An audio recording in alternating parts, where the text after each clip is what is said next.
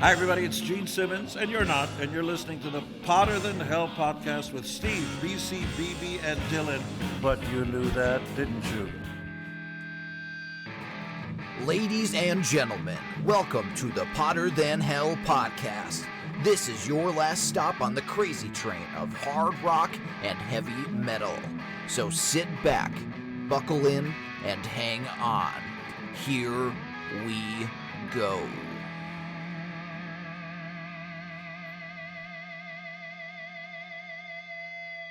Hello, Potter Than Hellions. Welcome back to Potter Than Hell podcast. This is Steve, your host. This week, along with me is BC. And next to him is BB. Across from him is Dylan. All right, guys, we're back. I'm back at the helm here, back steering the ship again, so we'll definitely hit a fucking iceberg today, even though it's summertime. And I want to thank Dylan and BB for hosting the last 3 episodes, really, once you get down to it. BB, great job with the B-sides, fucking awesome. Dylan, great job hosting the Rage in the Cage match between Sonny Pooney and Aaron Martell last week for the 2 episodes that we had, our marathon session that we had here on a Sunday morning. What'd you think of last week, BB? The big playlist. I really enjoyed it, and I can honestly say this was one of those playlists that there were no clunkers in that whole list. So it was very hard to pick the bottom 3. It was a very, very good mix of stuff, and I think everybody did a great job picking that little era, except for me. Yeah, it was a lot of fun. A lot of great songs, like BB said. There wasn't really any bad ones. I thought that it was a really solid playlist, and everybody did not agree, but that's also a really interesting thing to have happen, because everybody had some real heavy ideas and notions on what was good and what was bad for this playlist. My root hole! What do you think, PC? What do you got for us? I had a lot of fun. I mean, like these guys said, there wasn't really songs that were bad. I mean, the best part, I think, was Aaron. Pooney goes down! Yeah, that was fun. And the rattle in between those two was so fun. A good time. You know what just popped into my mind? Next year, Rockin' Pod, charity wrestling match, Aaron and Sonny. At the Mercy Lounge in the Squared Circle. Yeah, Squared Circle. Because Aaron Camaro, he's a big wrestling guy. He MCs a lot of wrestling stuff. Maybe we can make that happen. Maybe we'll see. That could happen. And speaking of BB and Dylan hosting, BC's going to be hosting one soon. He's just hearing it right now, but he's got one coming up. Not sure when, but soon. But soon. And tonight is August 18, 2021. Tonight is the very first KISS show since they canceled, 2019, whatever it was, from COVID. Tonight's their first show back. They're playing in Manchester or Mansfield, Massachusetts. Our buddies Tom and Zeus and Murph from Shout Out Loudcast, they are up there tonight. So hope they have a good time. However, Who's opening up?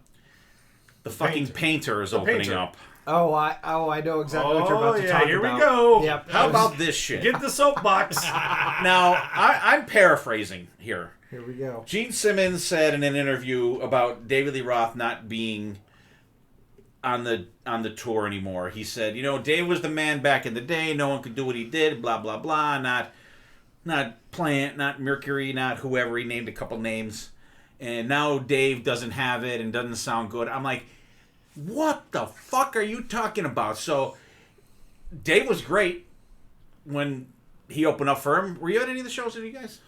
Not when Dave opened. Okay, because I went with Granza and Rob.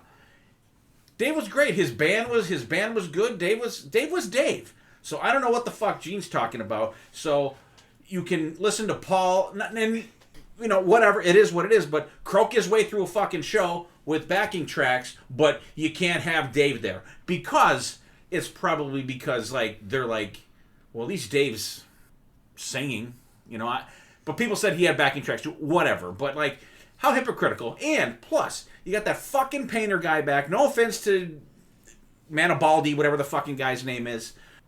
Right now, after COVID, there are thousands of bands that are dying to get gigs, that are quitting music because they can't get fucking gigs. In KISS, they were always famous for, we took AC/DC and Judas Priest and Iron Maiden out on their first tour. Why aren't they doing that now? Oh, wait a minute, I forgot. Gene said rock is dead, so that's why. So rock is dead, but painting is alive. Well, that's why he took it up again. Fucking ridiculous. Fucking absolutely fucking ridiculous. And I'm not... you don't want Dave on your tour. Just say, we decided to go with someone else. We decided to bring back the fucking painter. Because they probably don't have to fucking pay him. That's why. He gets free catering in a fucking hotel room and a bus ride. That's probably what he gets for fucking painting on stage. And I mean, I understand they auction the paintings off for charity, whatever the fuck, but... Go back to giving bands a chance to fucking open up for you. You know, let you know, if you say rock is dead, at least do something to try to fucking revive it, not bring a fucking painter on tour with you. You always say that you want an evening with all these bands. Yeah, but that's not. It's not an evening with. It's not. A painter. It's a painter. It's still an opening fucking thing. Okay. And Kiss isn't playing for an hour, going off for half an hour, and come back playing another hour. Ooh. They're just doing the same stale set that they've done. So. What's the odds of any new songs tonight? Anyone got any odds? 0. Because it'd be the same set list they did in 2020. Okay. I love them, but craziness. Could be wrong. Whoever I bitch about them, we just booked our flights for the Kiss cruise yesterday, so whatever. But I'm going for that. Kiss is the least thing I'm going for on the fucking Kiss cruise. But I think out of all the Kiss cruises, the other bands is the best this year than any other year. Fucking Night Ranger, Queensryche. Night Ranger alone. I think Night Ranger. I'm not going to any of the indoor shows for Kiss. I just don't care. I mean, I'll watch the acoustic show on the Sail Away, which sucks because I would rather electric. But Night Ranger, Queensryche, who else? Night Ranger, Queensryche, Black and Blue. Do it.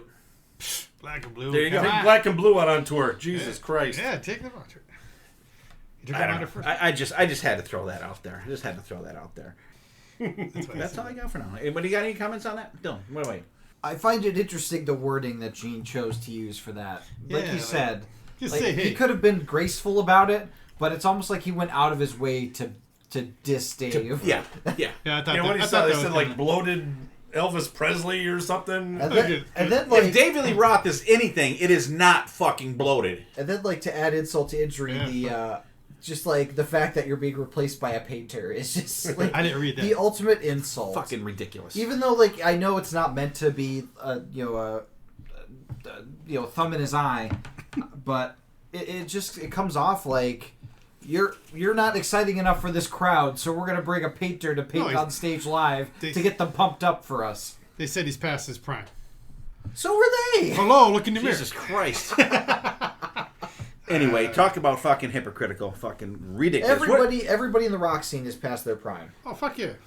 That of the bands that started in the 70s, 80s. Although not to say that they're bad, but they're past their prime. But not to bring up a band that I always say is out of format, but there was a video from Foo Fighters the other day. They brought this girl up on stage, and she fucking played. They gave her a guitar, and she fucking played the whole song. It was fucking great. And Foo Fighters are a band that bring in good opening bands too. Yeah. But like she was walking around the stage, jamming with the drummer, jamming with the other guitar player. I don't know if you guys have seen it. I'm sure Dylan has. But it was cool. Like, do cool shit like that. Yeah. They switch it up every night. Yeah. They do covers of the Bee Gees for crying out loud. Come on. Hail Satin, baby. Hail Satin. I can't believe I'm touting the Foo Fighters. Oh my god. Anyway, what do you think, BB? I always wondered, because they did that a couple other times. I remember they did it right before the Corona. This guy came up. They even maybe did a Kiss song, and this guy tore it up. And I'm thinking, man, do they kind of pre-game these people that they bring up and kind of put them in a certain spot and say, hey, come on up, hey, you want to play with us?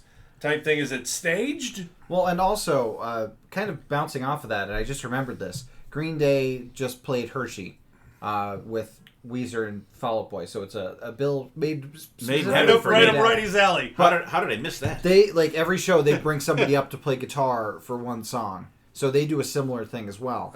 Oh. But it is an interesting. I would like to see some jackass. Oh, pick me! All right, all right, here we go. I mean, the guitar upside down. That did happen with the Foo Fighters, where the guy was kind of going overboard with it, and Dave was like, "Hey man, you're taking over the show here." That kid? I can't remember who. No, there was like a guy that was doing it. And, like Because they he had kinda one little went kid came over up it. and Yeah, kicked when the ass. kid came up, he Yeah. was ripping it up. Oh, yeah. Dave Grohl's like, I might as well go home. Winger did that. Really? They brought. I don't know if you were there because we went on. It was one of the bus things, and he brought up this like 10-year-old kid to play bass on the one song. I Oh, forget. no, I remember that. You were there, right? Yeah. I mean, like, do something cool. Like, God. I mean, every now and then Paul grabs some little kid and have the kid strum. I mean, that's cool. Don't get me wrong. You did that in Vegas, I guess. But, like, don't bring your fucking kids to Vegas. God. Okay. What do you got? Any other comments there, BC? What do you got? Anything? I think that's cool that they do that. I've seen a few videos. Okay. The last one was that kid ripping it up on guitar, and he was young. He wasn't like an older teenage kid. And he was ripping it up. I was like, holy shit. He was good. It's amazing. Go on YouTube, just put in like young guitar players or something like that. These kids are fucking tearing it up. You're like, holy fuck. But like a lot of them, like you'll see they had this one kid that was on like the Russian Idol, whatever you want to call it, or Russia's Got Talent or whatever, one of those things. And this kid came up and he played Ozzy, like he did Black Sabbath and he did like Crazy Train and like Paranoid and something like that. And the kid tore it up, but he didn't have the, like, he had it technically, but the soul of it wasn't there. You know what I mean? Like, I don't think the kids that age, they can do it technically, but they don't have they're not like really as invested in the music as like, I mean, you know, I'm too lazy to. I have 2 guitars sitting here. I haven't played them in fucking years, but you know what I mean. It seems like the soul of it's not the technical shit's there, and it's great. It tears it up, but there's that little something you're like, what's missing? And I think that's what it is. But it is. Hey, pick up a guitar. The replacements is good. You gotta have heart. Gotta have heart. All right, we'll get to it. What are we listening to? BB, what do you got this week? Kind of going through my vinyl the other day, I kind of pulled out the debut album of the Winery Dogs. A great album. I love the sound that these 3 guys make. You know, we talked last week about Triumph, and we talked about Rush, and these guys are definitely up there in that 3 guys who can make amazing music. Elevate, Desire, you know, I'm No Angel, you know, just 3 off the top of my head, which are killer tracks on that debut album. It's just a mind-blowing, the music that those 3 guys make. Fantastic album. If you have not checked that out, check it out. Done.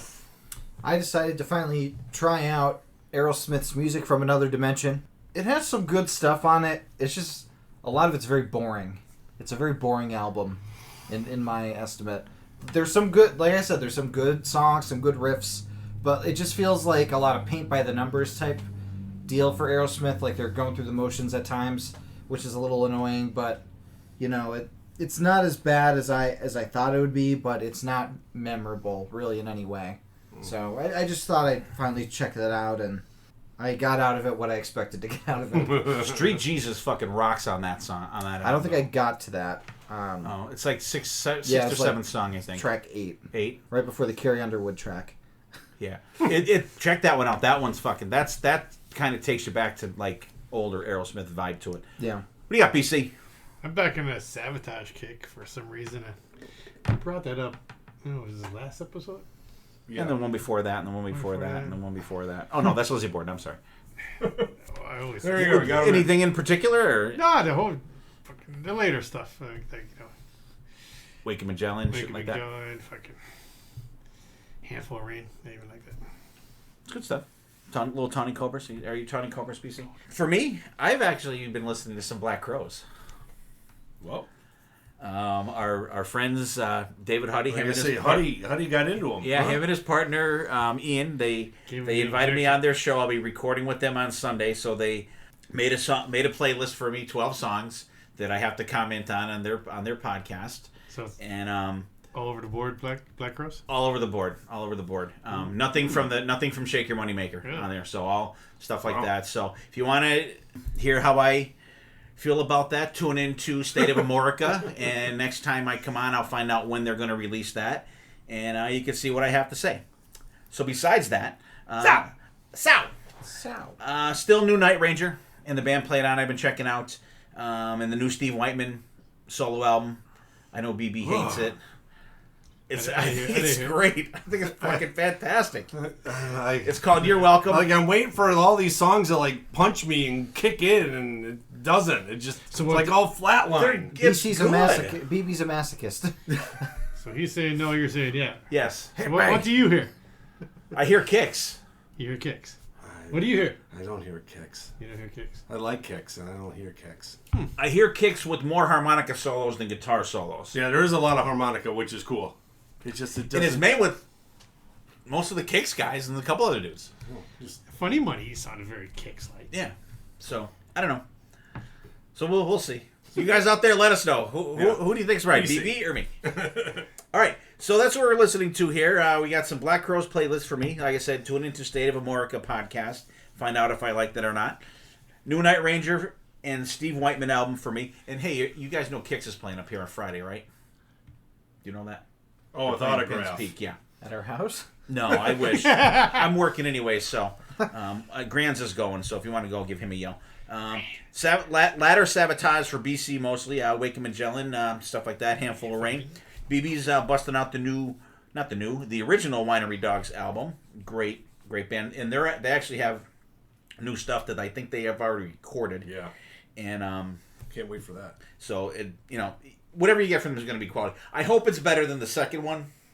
The second one was okay, but First one it's rocks. not The second debut. one's a little bit more bluesy, jazzy-ish. little more eclectic songs on that one, but it's still good though. There's Captain Love is fantastic on there, and Aerosmith for Dylan, Music from Another Dimension. He only got at least 6 songs in, and then ripped it. So They threw it out the window. I got distracted by other things is the problem. okay, yeah, Dylan's had a rough week here, so I'm just gonna leave it at that. So you guys, what are you guys listening to out there? Let us know. We'd like to hear what you guys have going. And all right, so I had an idea a while ago, and I really wanted to do it around June, but all these other episodes and shit got in the way. I wanted everyone to pick an album from the year that they graduated high school, and then we can kind of talk about what was going on when you graduated, all that kind of shit, and an album that we picked. So we each picked one. So we're going reverse chronological. And so, Dylan, you being the youngest, you are going to be first. So, Yes. what did you pick? And So I graduated 2013. I was president of my class. Got to speak during class night, but not graduation. Also didn't get to perform during graduation, being in a band. Which and was bullshit. That was a heartbreaker for sure. they killed a fucking baby kitten on stage instead of having Dylan's band play. But so 2013, I'll go over the year real quick before I say my album. It was a very eventful year, especially for births and deaths, because the very famous birth that happened in 2013 was Prince George of Cambridge. So William McHate's first child was born in 2013, the royal baby. A lot of deaths, very sadly. James Gandolfini passed away that year. Paul Walker, Margaret Thatcher, thankfully. Sorry. You better. Corey do Lottie we just from lost Glee. all of our listeners in Great Britain? No, we probably gained some. Lou Reed died. Tom Clancy. So a lot of deaths happened in 2013, but a rebirth of sorts, but also kind of a death in a way happened as well, because Black Sabbath put out their first album in over 20 years, I think. 18 years it was. 13 was the album that came out June 10th of 2013, so right around graduation time. So that's pretty cool. It was their first album since Forbidden in 1995, and was almost a reunion of the original lineup. It had Ozzy on vocals, Geezer Butler on bass, Tony Iommi on guitar, but Bill Ward declined to come back to record, so instead they brought in Brad Wilk from Rage Against the Machine to drum, which is a very interesting choice, and he didn't end up being their touring drummer. That was Tommy Clufitos. who was Ozzy's go-to guy oftentimes. But they recorded it from August of 2012 through January of 2013 in Shangri-La Studio in Malibu, California, as well as Tone Hall in Lapworth, England. It was produced by the infamous Rick Rubin, who we've covered many albums that he's produced before, like Death Magnetic. Thankfully, this one was mastered and we don't have the sound problem that one does. But they actually had begun working on a new album with the original lineup in 2001 with Rick Rubin, but then it kind of got delayed over the 10-year period because of Heaven and Hell and Geezer doing the GZR stuff. But then they finally got back together to record this album. So it's a 53-minute, 34-second album, which doesn't seem long, but listening to some of the songs, they're longer songs. There's only 11 tracks on there. The longest song on it is actually 8 minutes and 52 seconds. It's almost like we're listening to a Dream Theater album. But let's get into the tracks. So the first song is End of the Beginning, which was the second single, I believe, released. Very much the doom Black Sabbath from the first album starting off. It almost mirrors the title track of their first album, Black Sabbath, in how the verses are quiet and then the chorus is very loud. Ozzy's vocals, they're just classic for this kind of doom metal sound that's really great. They do their first what I call circus riff, which is like the kind of upbeat riff with the cool beat to it around the 2:45 mark that I really love. Nice raw sounding solo from Tony Iommi. There's a slower part right after the solo that changes it up yet again. There's Ozzy's doing his all right okays. He loves adding in like the little words like that before another solo. And let me tell you, if you can't get anything else out of this album, Tony Iommi soloing, just stellar. This guy never misses. The second song, it was the leadoff single, God Is Dead. Another doomy song, very similar to the first one. I do love how Ozzy sings the chorus of this one. Kind of a similar structure where there's another circus riff towards the end of the song to kind of lead us out. Number 3 is Loner, which is a little more of a tempo in this one. It's not the kind of the sloggy doom song. A little bit of a chugger though. It's not as fast as you would think, but it's still not bad. The song's only 5 minutes long though, rather than the 9 minutes of the last two. There's some real good drum fills from Brad Wilk in there. There's a really cool part right at the middle of the song where they jam on a riff for a bit before they're going into like a phaser-like solo that Tony Iommi does, which is really different. Then Ozzy has a nice "Come On, Yeah" before a second solo. Tony Iommi does not miss, I say again. The fourth song, Zeitgeist, the second shortest song on the album at 4 minutes and 37 seconds. It starts with an acoustic guitar and almost a bongo-like drums. Ozzy's doing underwater vocal type things. There's a tasteful solo at 3:30, but it's a very like sparse song. It's like basically an acoustic song for them. Like not a lot going on in the instrumental track for the most part. It absolutely cuts the momentum down right away. But it's a good song, but it very much is like we were rocking out and then we're kind of in the coffee shop. Number 5, Age of Reason. Makes up for the lack of drums on the last song with a drum intro. There's kind of the cool main riff that's very much kind of When the Levee Breaks feeling in a way. Ozzy does another all right, yeah. There's a light like choir behind the instrumentals towards the middle of the song that I noticed that I really enjoyed. It's very quiet, but it kind of elevates the music a little bit, which was really fun. A fantastic solo at the end of the song to close it out. Then we go Live Forever, another doomy song for them. The doom metal of the first album comes back. Then it goes into a great riff at the 30-second mark. I said this is an appropriate title since Ozzy probably will live forever. I prefer the verses, which are faster, to the slower chorus. There's a great solo over the fun verse riff that I really enjoy. Number 7, Damaged Soul. This is a kind of a different song for the album. A different guitar tone on this song with the main riff. It's more bluesy of a song. Very chill for the most part, but really the band's really gelling together on this one. Especially during the solo, because it's one of the rare solos on this album where the only guitar is Tony soloing, so you could hear Geezer doing the bass as the rhythm instead of having like another guitar overlapping it. It's kind of a slog sometimes. It's a little slower because it's bluesy. But then there's a really cool jammy part at 6:15 that has some wizard-like harmonica going with the main riff that I really enjoyed. And it ends the song on an energetic way. Then we go to Dear Father. More dark riffage from Tony. The doom songs of the album, they kind of all mesh together a little bit. It's tough to tell them apart sometimes. We get a couple of yeahs that Ozzy loves. There's a slower version of of like the War Pigs riff, the little bit that kind of reminded me of that riff. It's not the exact riff, but it's very similar to it. And then right at the end of the song, we get the thunder and the church bells, like of the graveyard callback to the song Black Sabbath, which was really kind of cool. Mythodemic, which this is my favorite track on the album. So there's an acoustic guitar opening that's very similar to Bible Black from Heaven and Hell.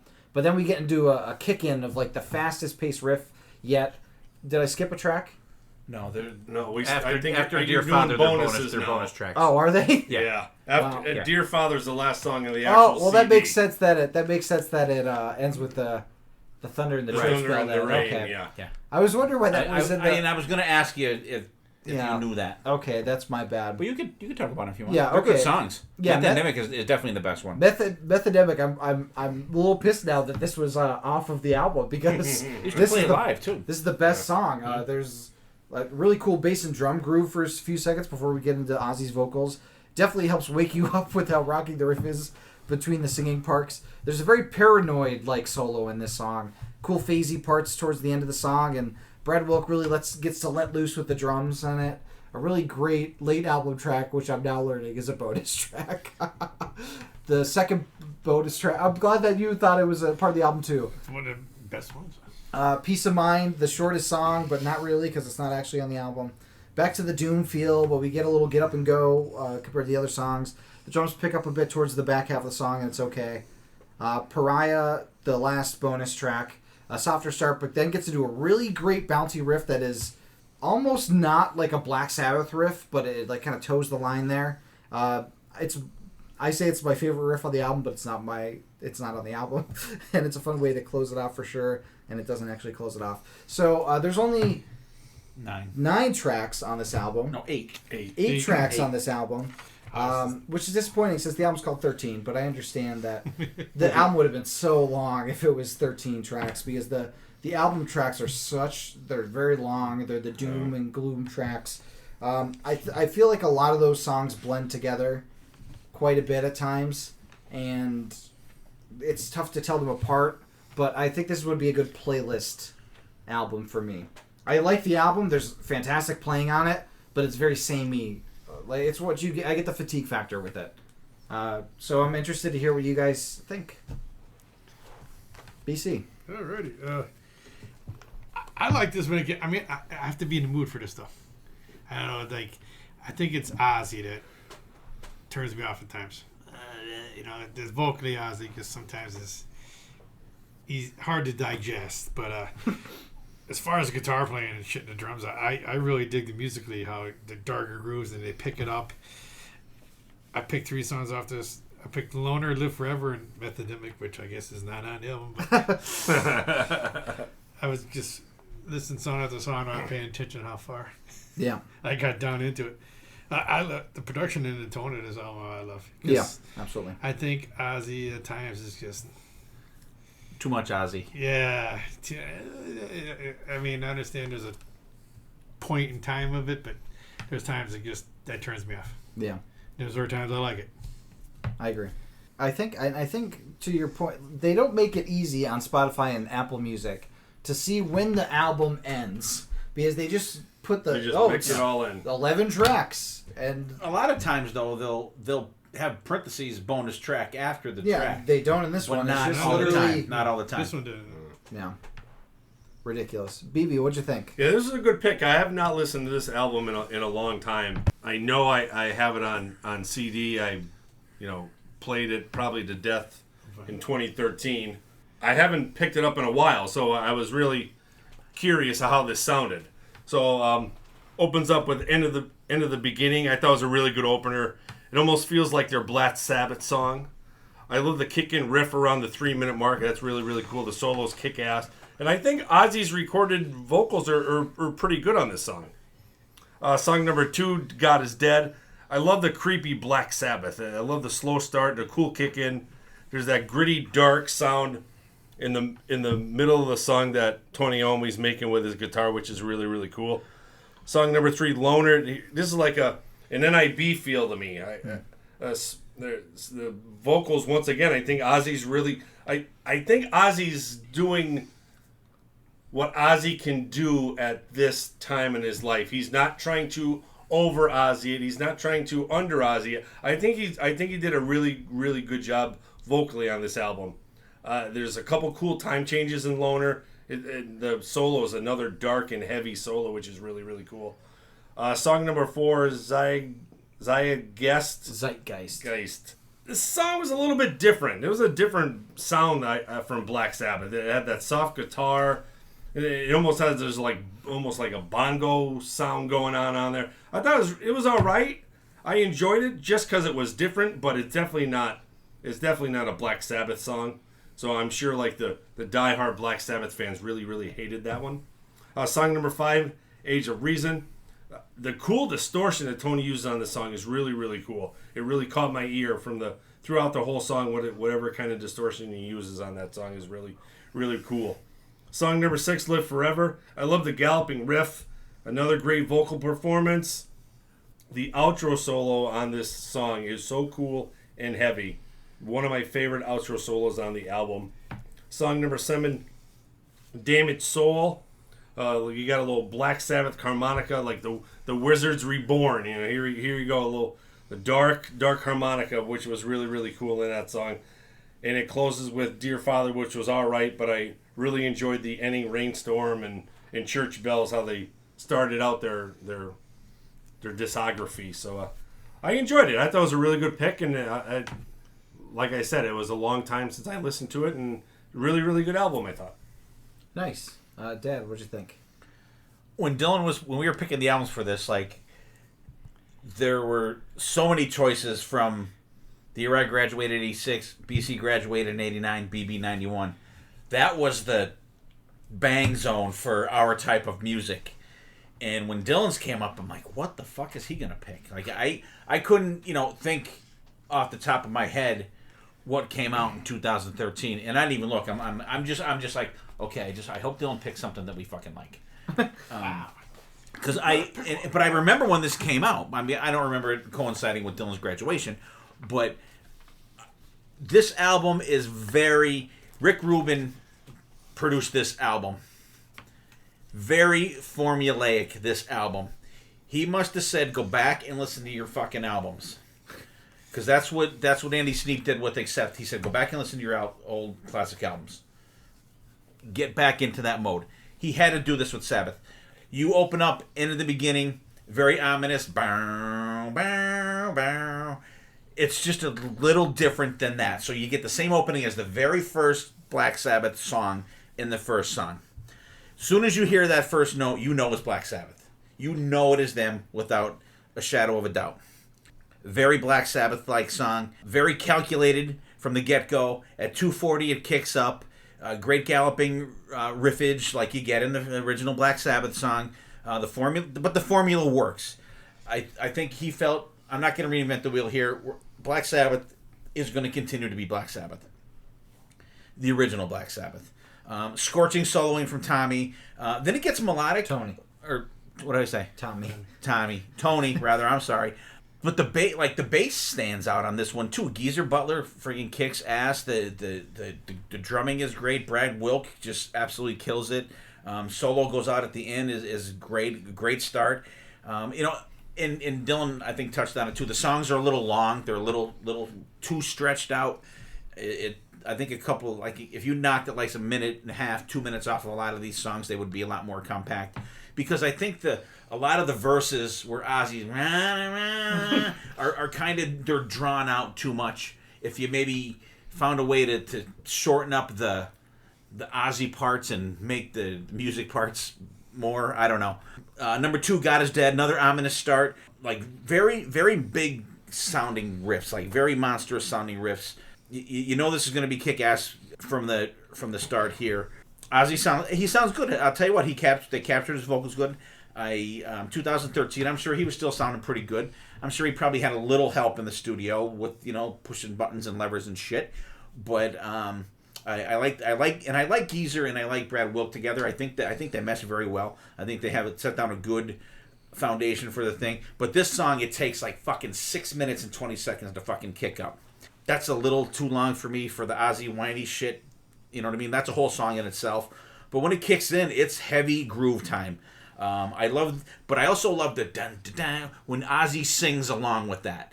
Like, even, it's cool when the band's doing it, but when it's doing it for a verse and Ozzy's singing along with it, I really like that. I like that. It makes the groove feel so much better. It's the Ozzy classic. Yeah, and the bass sounds great. The solo starts like very melodic for Tony, then it fucking tears it up. Loner, this one's not as long of a song. Great mid-pace groove rocker type song. Some come on nows and come on yeahs and all right nows in this song. All the shit that you've been hearing from Ozzy every song, for decades here. It ramps up for a bridge right before the solo. Short Tony solo, cool outro solo as well.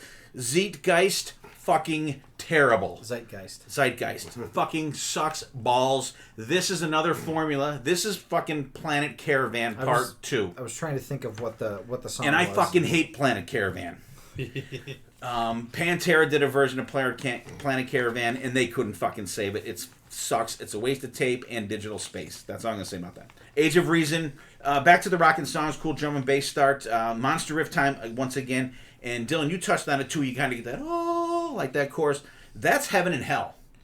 That's on Heaven and Hell, and it's on, I think, Sign of the Southern Cross on Mob Rules as well. So I think that is a little homage to Ronnie James Dio era, because you get that at the end as well, which I think is cool.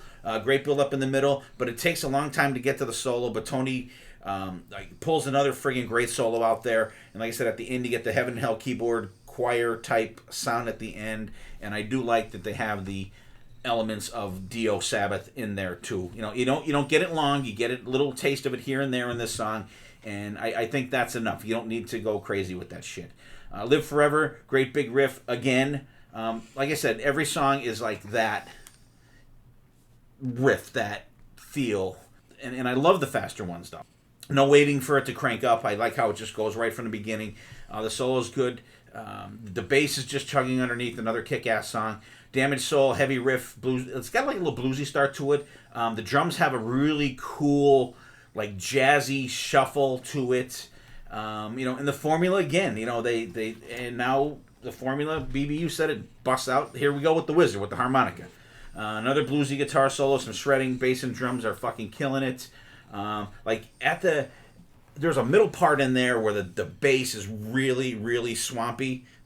And it took me a couple times to listen to this. I'm like, what song does this fucking remind me of? And go back and listen to The Warning on the first Black Sabbath album. That's this part of the formula in this song. The solo kicks ass at the end. They wrap up the album with Dear Father. Weird scratchy sound at the beginning is kind of weird. And you guessed it, another monster heavy riff. I forgive you guys for being Black Sabbath, because you are fucking Black Sabbath. I forgive you, Rick Rubin, for making Black Sabbath be Black Sabbath. And Dylan, you are absolutely right. And I was going to say, too, that this is a good playlist album. If you're making a Black Sabbath mix, mix all this shit up. Throw in Tony Martin shit. Throw in Dio stuff. Throw in Ian Gillan stuff. Throw in the Glenn Hughes stuff from the Seventh Star. Throw songs from this on there. Throw Ozzy songs on there. I love the kick up, the cadence and the music and the vocals is really cool. Excellent. And it does, and the formula totally closes out with the rain and the church bells. How you very first heard Black Sabbath is how you very end hear Black Sabbath. Yeah. I think that, and it kind of ruins it on streaming, because you get those bonus tracks there. It kind of takes away that feel to it that full circle. They wanted to bring you full circle, and you don't get that with the bonus tracks on there. Put them at the beginning or something like that, or do a separate download thing with those songs on it. Make it another thing. Don't put it at the end there. Don't rob them of that circleness, of that finishing thing there. But I was like, oh, I'm 13. I'm like, fuck. But then I'm like, shit, I really like this when it came out. But it's just, and I have it on vinyl, and it's one that I don't get too often. But like we said, a good playlist album, a good pick, real good pick. Thank you. Cha-ching. And before we go to the next one, I would like to talk about something that my dad gave us all: the Billboard Hot 100 for each of the years that we're talking about. The goal was to see what rock songs are on there, but 2013 was not a year for rock. My dad highlighted artists that he recognized, and there's wasn't many. 2, 3, 4, 5. There's like 10 out of the 100. Some I don't even know if they're rock. I just names that I've No, heard they before. are definitely not. So number 1 was Thrift Shop by Macklemore and Ryan Lewis. Macklemore is an artist that is no longer relevant and has not been relevant since he had One Thrift hit wonder. Shop. Blurred Lines, a song that did not age well, from Robin Thicke, who is Alan Thicke's son, featuring T.I. and Pharrell Williams. He's dead, isn't he, Robin Thicke? He died, didn't he? Alan Thicke might have. Robin Thicke, I think, is still alive. Yeah. Number 3, Radioactive by Imagine Dragons. Number 4, Harlem Shake, which is not really a song. It was a trend, stupid video trend. And then Can't Hold Us was number 5 by Macklemore and Ryan Lewis. But an interesting fact that I want to point out. So Lorde, who's from New Zealand, her song Royals peaked at number 1 for 9 consecutive weeks. And she's the youngest artist to reach number 1 since Tiffany's I Think We're Alone Now, which is a very interesting fact. But some other artists, like in the Hot 100, Maroon 5 had a couple. Maroon 5 is not good anymore. Fall Out Boy, they had their comeback album, which we all really fell in love with. Their song, My Songs Know What You Did in the Dark, was their first song back after their indefinite hiatus. Pink, that's an artist you actually like, Dad. I do. Pink You is like awesome. Pink. Rihanna, Pink is his favorite color. It is. Mumford & Sons, Justin Bieber, Lady Gaga. Not a great album for Gaga, though. It was her pop art album, which was one of her lesser ones. And then number 100 was Paramore with Stop Still Into You, which was a great song and a great artist. So that's my Hot 100. Not many artists that anybody can talk about. Are they? Well, and I did steal that from Grown Up Rock because they've been doing a series with that, and I thought it would be cool for I mean, they go over the songs and stuff like that. I just wanted to mention them, just see what the. Well, we could do an episode where we put all these songs in a playlist to have you guys. Oh God. And so they've been doing that, but I don't like they go into the songs and stuff like that for like a specific year. But I just wanted to just kind of touch on that and just see what the music flavor was of the Billboard when we graduated high school. Up next we have BB. All right, we will hop in the time machine and go back to 1991. It's quite a jump. Woof, man. Holy cow, I'm tired from flying that far. Holy shit. Couple big albums out in 1991. Skid Row, Slave to the Grind. Metallica with their self-titled or the Black Album, whatever you prefer. Ozzy had No More Tears. Guns N' Roses had Use Your Illusion 1 and 2. Back in 1991, we had a couple new bands that kind of came out. Clutch. Roddy's band back in the day, Him, came out in 1991. They were okay. A little band, they only came out with one CD or one album, Pride and Glory. Thank God. And the powerhouse Rage Against the Machine came out in 1991. Yeah, we should have shitty covered one. that. Well, that's a connection to my album. See, It's Brad exactly Wilk. right. Yeah. President was George W. Bush. January 29th, 1991, BC I'm So Sorry, Super Bowl 25. The Giants against the Bills in Tampa, Florida. Bills lost by a point because of Mr. Wide Right, Mr. Norwood. So sorry. We watched that game together. See what fucking kill Who's someone. who's the halftime show? Let's take a look. Halftime show. Probably I think it the was Beach Boys. The halftime I think it was show Super was- Freak, Rick James. The halftime show was titled "A Small World Salute to 25 Years of the Super Bowl," produced by Disney. There's a performance from New Kids on the Block and Warren Moon. Warren Moon. What? No. Well, that's because the Bills were in it. It had to be Disney. It featured over 3,500 local children from different ethnic backgrounds in a performance by a boy band, New Kids on the Block. All right, so you know the years. Look up what the Super Bowl entertainment is for That's each crazy. of our years too. That's weird. I have Who Won the Super Bowl in my ear, but I don't have the halftime show. Another funny, cool fact, April 17th, 1991, the Dow Jones Industrial Average closed at above 3,000 for the first time ever. Now it's like 35,000.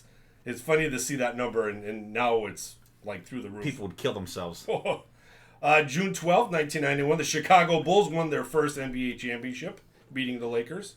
In a sad day in rock history, November 24th, 1991, Freddie Mercury and Eric Carr passed away. Unfortunately. Yes.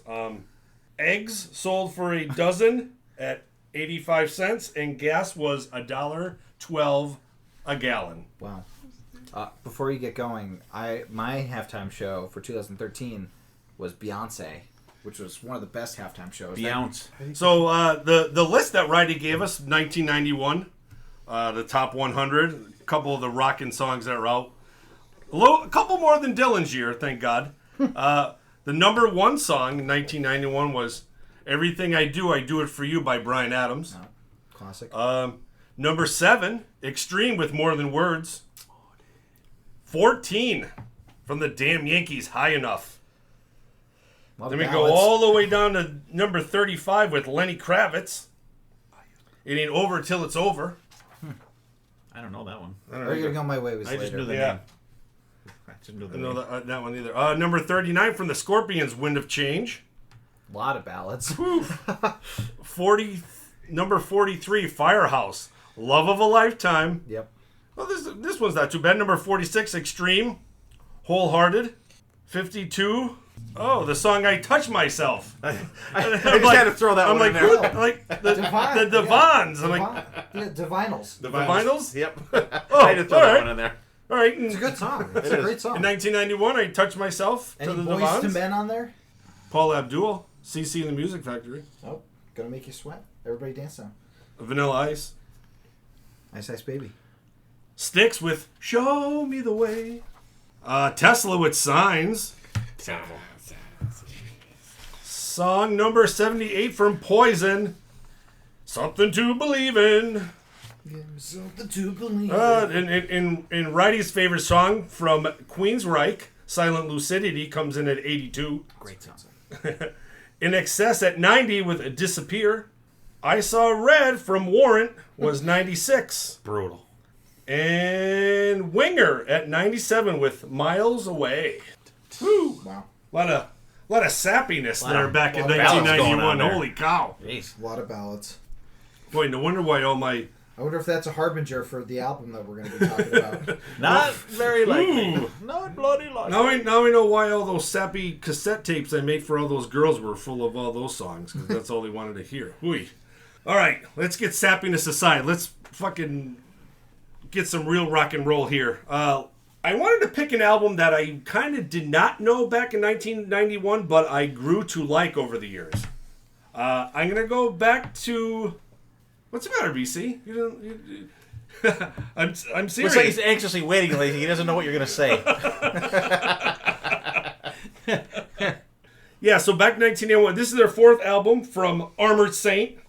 It's called Symbol of Salvation. It was released May 14th, 1991.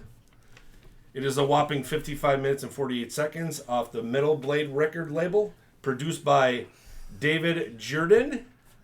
And of course, a great lineup of John Bush on vocals, Phil Sandoval on the lead guitar, Jeff Duncan on the rhythm guitar, Joey Verda on the bass, and the best named for a drummer, Gonzo Sandoval on the drums. The great Gonzo. I love it. Ironically, it was Animal that was the drummer, not Gonzo. That's true. Song number 1 starts off with Rain of Fire. I think this is a great opener.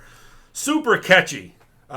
You got John Bush's powerful, recognizable voice, great vocals, ripping guitar solo. The double bass drum on the solo at the last verse is really, really great. Really cool sound. Great opener. If you're going to do an opening song, this is the way to do it. It's already caught your ear at the first song. Song number 2, Dropping Like Flies, another catchy chorus with a lot of band melodies in the middle of the song. There's a right before the solo, there's an awesome kicking part, and the outro solo is another is just amazing that Phil Sandoval does on this song. Really, really cool. The dual guitar work on this album is amazing. Song number 3, Last Stream Home. Gonzo's drums are highlighted in this song. I think it's really drum heavy. He's just wild on the drums on this one. Really, really cool band harmonies at the chorus. Song number 4, Tribal Dance. Upbeat and energetic song with some heavy riffs. A lot of band screaming in this one, and another impressive dual solo from Jeff and Phil. Song number 5, The Truth Always Hurts. This is kind of like a toe tapper. This is a little bit different tune for for Armored Saint. It has like a little groove to it. It kind of grabs you at the first note. It's definitely different. I love when John screams this last, like the last verse. He actually screams that whole verse, which is really, really cool. Song number 6, Half Drawn Bridge, which is instrumental. Song number 7, Another Day. Slower, softer tune for Armored Saint. But then there's a kick in, and then right before the solo, it kicks in. The solo is really heavy compared to the first half of the song. A lot of shredding. More of John's screaming vocals, which is really, really cool. The second half of this song kicks ass. Song number 8, Symbol of Salvation, the title track. Back right down the pedal to the metal on this one compared to the Another Day, which was half slow, half heavy. This is right down pedal to the metal, fast-paced rocker right out of the gate. This is the Armored Saint that you like. There's high screaming vocals, a killer solo, and a couple tempo changes, which is really, really cool.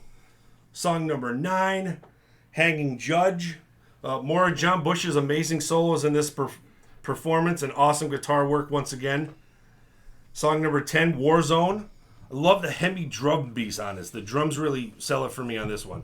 And more heavy guitar riffs. The outro bass is another heavy aspect of this ass-kicking tune. Song number 11, Burning Question. Another perfect Armored Saint song. Big riffs, screaming vocals, great band harmonies, and heavy drum beat. Absolutely love it.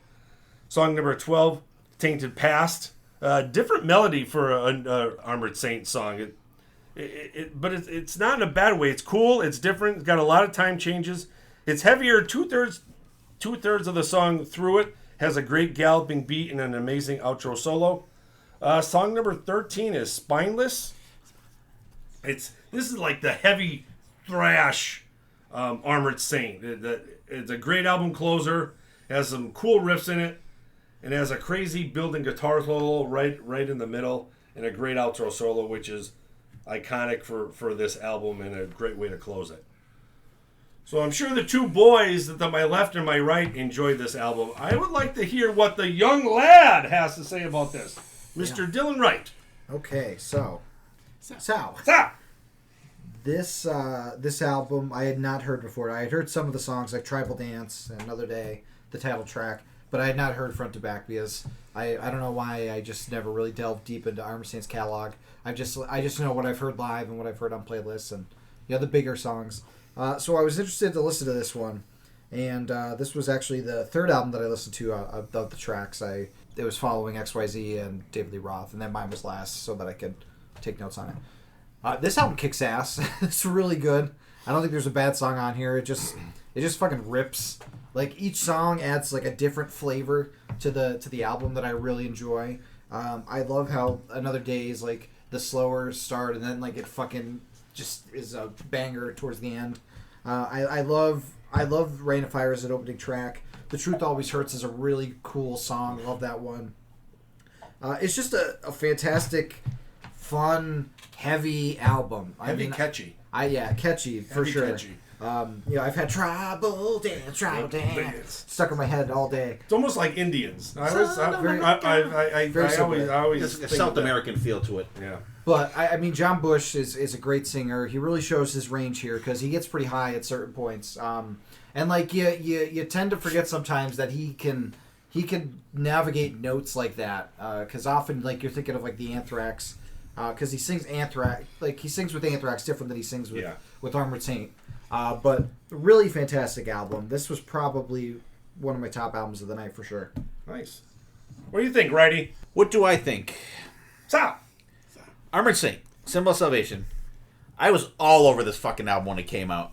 I was like, kick ass. What came before this? Was it Raising Fear before this one, I think? Yeah. That album was kind of, I didn't like the production on it. It was a little like muffled. And that was good, but like the production didn't quite hit that for me. This one, the production is crisp, clear. This is the Armored Saint that I want. This is what I compare every other Armored Saint album to is this. Love all of them. Like I love the debut, but production-wise, solo-wise, vibe-wise, everything, vocals, especially vocals. I think this is John Bush's like best vocally album. Starts out with Rain of Fire, stomping, grinding star, cool choruses, solos rip. This is Jeff Duncan's first album. That's Dave Picard had passed away when they were doing demos for this. They kept one of his solos on one of the later songs. Rain of Fire just... and Jeff Duncan is a fantastic fit. He's still in the band to this day. Dropping Like Flies, more grindage, cool verses. John Bush's vocals are fucking spot on this one. And even like just the lead fills between the verses and after the chorus and when it gets back in, the background vocals are great. Solo break is fucking awesome. And then there's a big lead up and they have dual solos. Drums are right there. And the snare fills on this one are just fucking fantastic.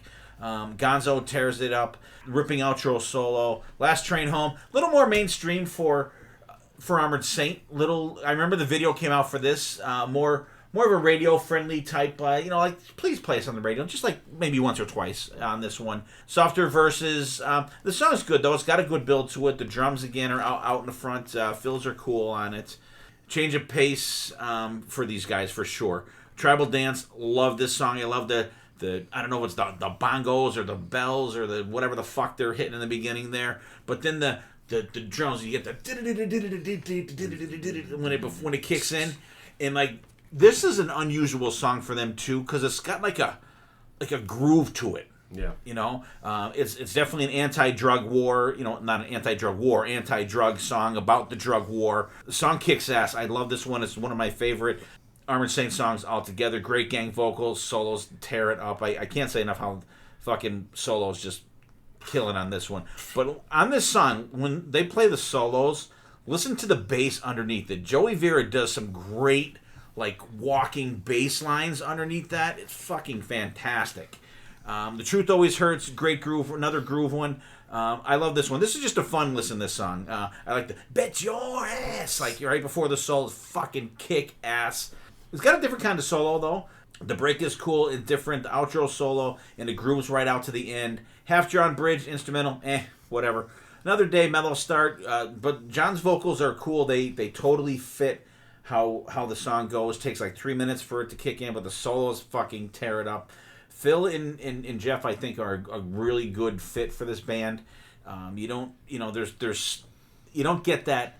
Sometimes if you get like a dual solo, like one you'll be like, oh, rip it up, and the second one you're like, oh, didn't quite hit it. I don't get that with these guys. Title track, Symbol of Salvation, starts with a monster riff. This song rocks. Pre-chorus, lead fills, fucking solos ripping it up. Riffage under the solos is just like awesome. Hanging Judge, great. In the beginning of this one, the great headphone song because it goes back and forth like in your headphones. It's a really cool effect in the production. There's very harmonically guitar ripping lead work. There's a cool guitar harmony part at the end there where they both kind of play a dual thing together. That's real cool. Warzone. This song I think is one that you could just say, okay, take this song off of this album and put it on the first Armored Saint album, March of the Saint. This song is like definitely old school Armored Saint. I would like to know if this is a song that was like maybe a demo that they used for the first album or something, a leftover, something that they worked up because it's really, really, really good. The rhythm section is tight in this one. The guitar duo really tears it up on this song, and I really think that is the most old school sounding Armored Saint song on the album. Burning Question. This one doesn't really knock my socks off. I do like the chorus. The song does get better. The outro solo is really good, but this one just doesn't kind of hit the mark for me. Take 2/3. Yeah, I don't know. That one just didn't hit me. Painted Past, slow, clean guitar start at the beginning. Up tempo. You get that acoustic thing in there. It kind of sounds like a little mariachi thing going on there, maybe a little bit. But it's cool for them though. And the bass line comes in, do like Joey Vera just kicks ass there. But then the drum kick in. Another song that's very different for these guys. But the electric guitars and when they get the electric and the acoustic going together, they blend really well. They really do. The song is fantastic though. Like it's I like it for its differentness of how it starts and then blends in and then you're full on Armored Saint after that part. The solo is great. The song is fantastic. It slows down a little bit for the fade outs. Spineless, scratchy guitars at the front. At the beginning there, awesome John Bush vocals, excellent solos. Great build up to the end of the song. And this is how you end an album with a song like this. Absolutely fucking tears it up. And you're going to hear that issue as we go on tonight. Awesome. Love it. Yeah. All right, BC, let's hear what you have to say, sir. It's the first time I listened to this album. Never heard Armor Saint Never before in heard my Armor life. Saint before. I'm glad we can introduce you to them. That's right. First of all, this by far is the most underrated album that we're talking about tonight, without a doubt. And Yeah. probably even the year it came out. And this is an underrated band in my book. I mean, you open up with Rain of Fire. That's how you open up an album. Poof. Bam! Right in your face, and right into it, dropping like flies. Last Train Home, I just love the build up of the, and as it goes, and it gets going more and more. Like the train running out of control in the track. Different for them, and it's different for It them. was a different song. Great Cinderella. Tribal song. Dance. I mean, yeah. Last Train. That's where it's Cinderella copied off of. Those bastards. Tribal Dance. I mean, the drums in this, Gonzo. I mean, everybody in this band, I think, is just phenomenal and underrated. Truth always hurts. I like that. You love that. Half drawn bridge. Yeah, throw it in there. The album's so good we can let that slide. I know. I just don't That know was why so they do good. shit like that. Yeah. This next song. Put it in the beginning or put it at the end. Like, don't put it in the middle. I hate that. Don't put it in the beginning. Intros are Then it's terrible. then it's easy to boop. Just It's don't- easier to skip. Just don't Not do if it. it's integrated in the first song. It's Well, not. that's true. Just don't do it. Just don't do it at all. Another Day, to me, this is such a... this song I can never get sick of. You put this on. It starts off like Camille, but when it kicks in, They did that live when we saw them. I want to say. I think they did. I might have been too busy punching in. I'm too busy being sick. Are you sick then? When they opened up for Queensrÿche. In New York? It's the only place we ever see them. No, we saw it before. No, we both in New York. One was BB King's, and the other one was that ballroom that Roseland Ballroom. Razzle. Yeah. Anyway, sorry. It was great song. Symbol of Salvation title track. I mean, when that fucking comes on, just the killer riff. Handing Judge. Not too bad. Warzone. I never looked at it as the way Steve said how that does have an earlier feel. Burning Question, another fucker I could do without. Take the Pass. Love the song. And of course, Spineless. The speed metal version of Armored Saint. Yes. Very up paced. Heavy trash. I mean, there's the playing on his album. Just love the heaviness. John Bush's vocals go without saying. Such an underrated album. BC loves the bush. Great pick. Thank you. See, you guys teach me something every once in a while. It's good to know that you're paying attention. See? All right, so did you go down? Yep. Okay. That was the first one. So there's Dylan's album, BB's. Dylan did Black Sabbath 13, and BB did Armored Saint, Symbol of Salvation. So we're going to go into our gym song next, and I had something else picked, but our text group started going, and like I said before, our buddies Tom and Zeus and Murph are going to the Kiss show tonight, and Sonny posted this song in our text group and said, this is the best song you'll hear all night long, so I'm going to play it, and it's kick-ass. It's a new song from Hailstorm. It's called Back from the Dead. It's a single just released today. Check it out, and Dylan's going to play it right now. I'm back from the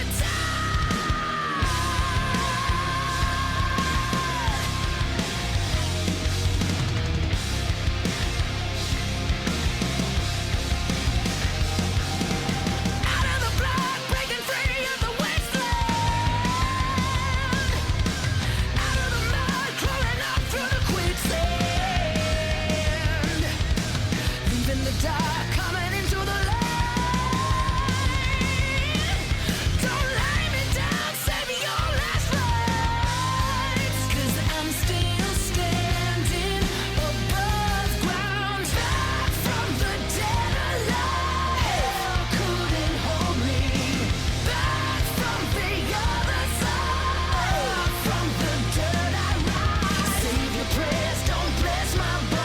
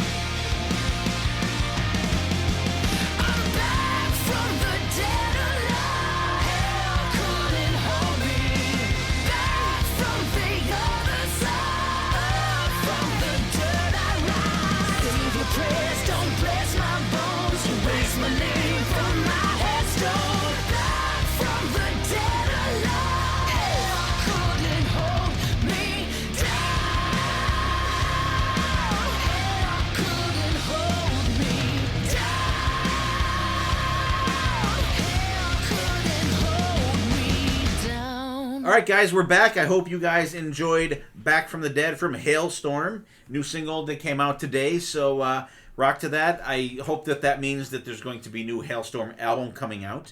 And with that, we will get into our hidden gems. And we're going to start with BC today because he's going to give us the wow factor right off the bat. So then all of the rest of ours will sound like they suck. Going out to New Jersey for this one. I don't know. I was digging through shit and I came across. This might have been back in the Kiss convention days. A band out of New Jersey, Jester. They're around for like maybe 3-4 years. Unfortunately, they came out with 2 albums. Their first one, 1997, with Tales from the Boogeyman, which is by far is their best one. In 1999, they came out with Digitalia, which is kind of a little bit more, I don't know, too produced, I think. Where the first one was just... Well, it's named Digitalia. Digitalia. Not to be confused with Genitalia. Genitalia. But, What year is that? Which one?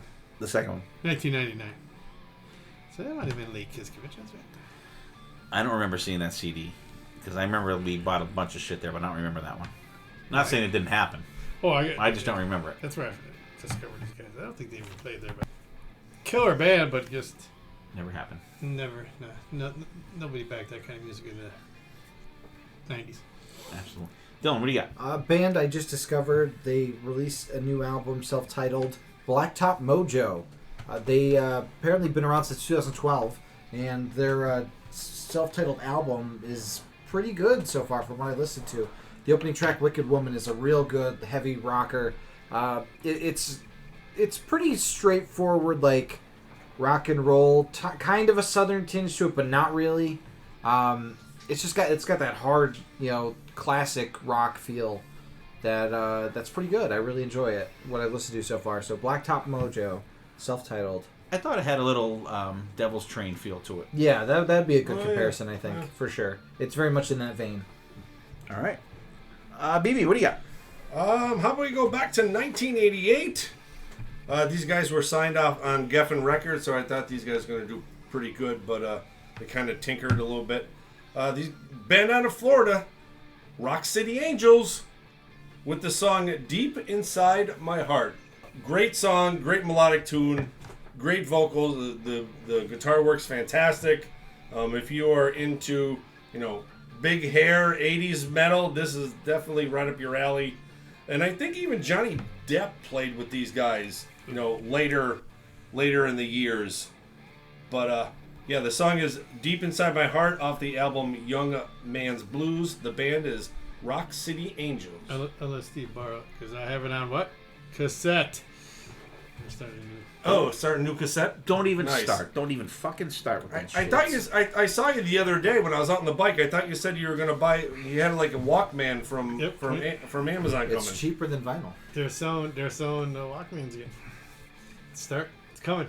I'm good. Thank you, though. It's coming, righty. He said, appreciate he said it. It's coming. He said this about vinyl too. Look Look at behind. BC. That side of the studio, all cassettes. I used to, Well, I have actually. I would have room for cassettes. Vinyl, I'm running out of fucking space here. we could reenact the scene in Jingle All the Way where they're fighting in the radio station, slam each other against the wall, and all the cassettes come down.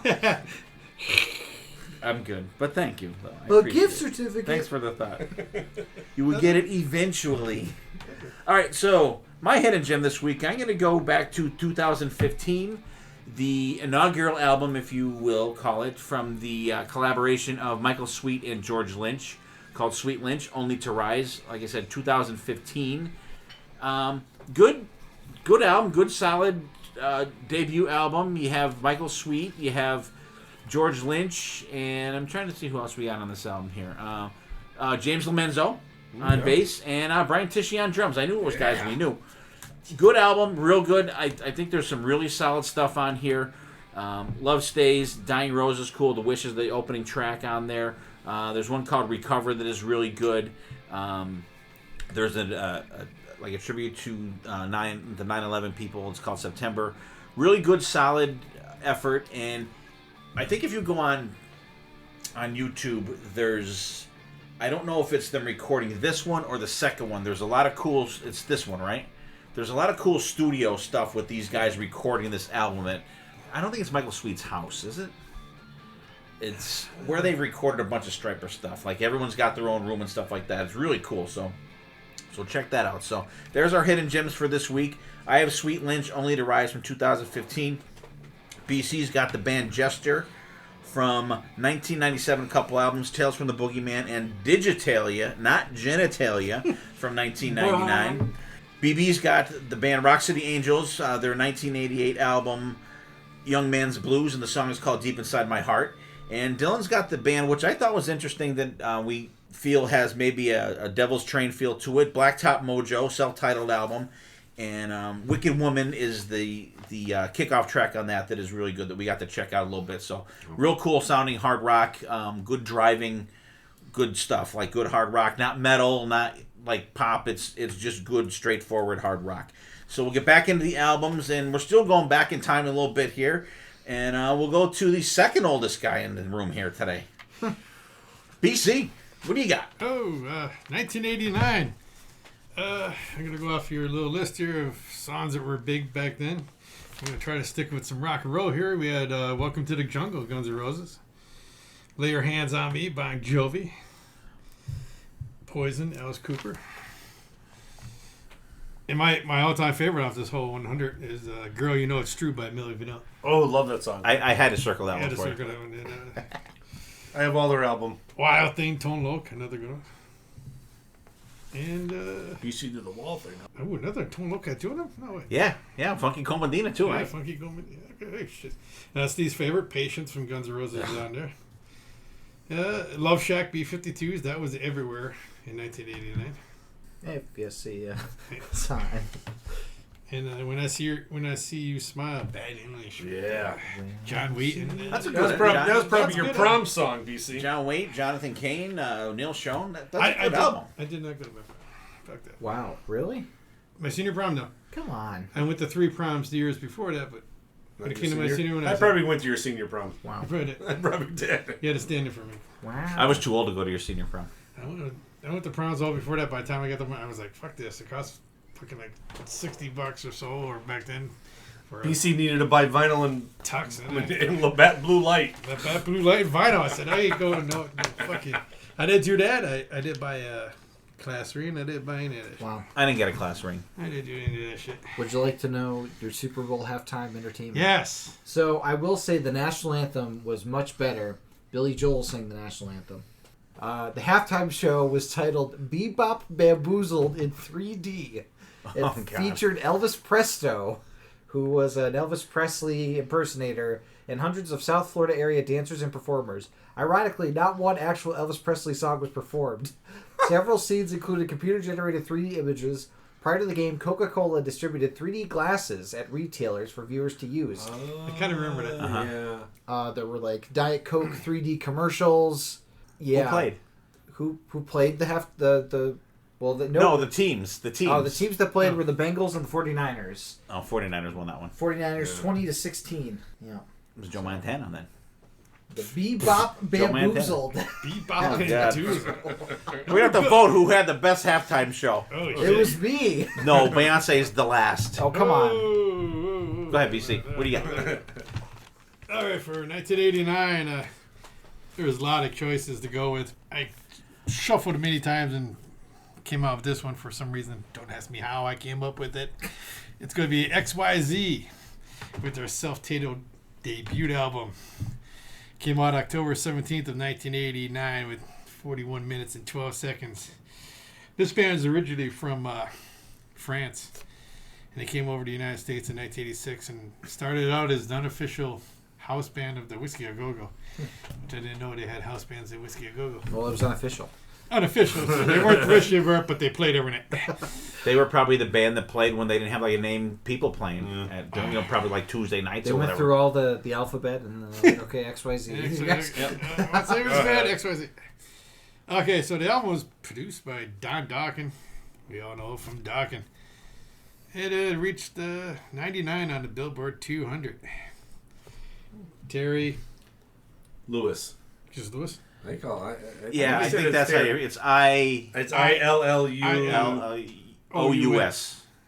He was on vocals, which later he went into Great White, which I love Terry, but not in Great White. Patrick Fontaine on bass, Mark DiGiulio guitar, and Paul Monroe on drums. Had 3 singles off this album: Inside Out, What Keeps Me Loving You, and third one, which had no video or nothing, Maggie, which was in a 1999 movie, I Come to Peace, in Peace, which never saw the movie, but this band is just, I mean, they were supposed to be the next big thing. Of course, everything back in the late 80s was supposed to be the next big thing. I think they just suffered from production-wise. I mean, at first I was it's good, but too good. Not too good, but too. Opens up at Maggie. Opens up with a strong riff.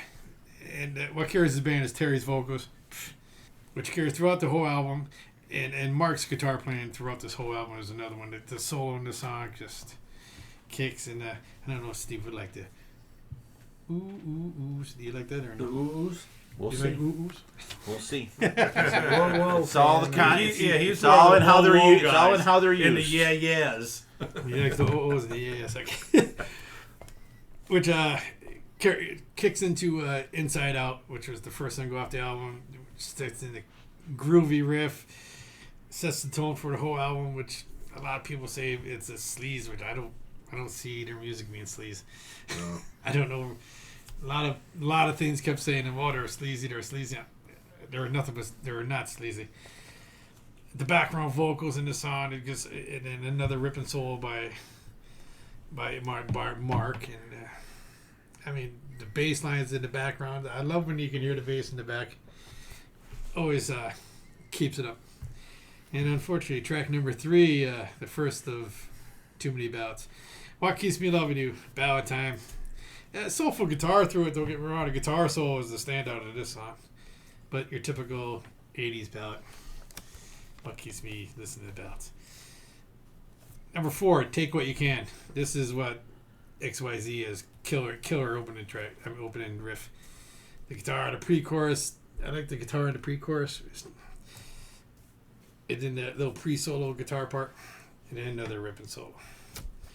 And then bam. Track 5. Back down. We started off strong, down, back up, and then followed night. Another ballad. But the only saving part of this ballad, a little bluesy feel to it, but again, I'm not a ballad guy for this. Again, track number 6, they go back up to Come On and Love Me. The guitar start and a catchy riff. The guitar solo even has a talk box feel to it. And then they finish it off at the end of the song with some talk box. And here we go on the up and down roller coaster ride of this album. Track 7, Souvenirs. Yet another ballad. Acoustic guitar starts, Terry's vocals and background vocals. Another soulful guitar. The solo's good in it, but the solo's good in every freaking song on this album. And the scream at the end. But this song is, for some reason, a fan favorite. Then we go back up a little bit for Tied Up with a drum start into a chugging riff. Drums sound fantastic on the song, but I think the chorus is very radio-ish.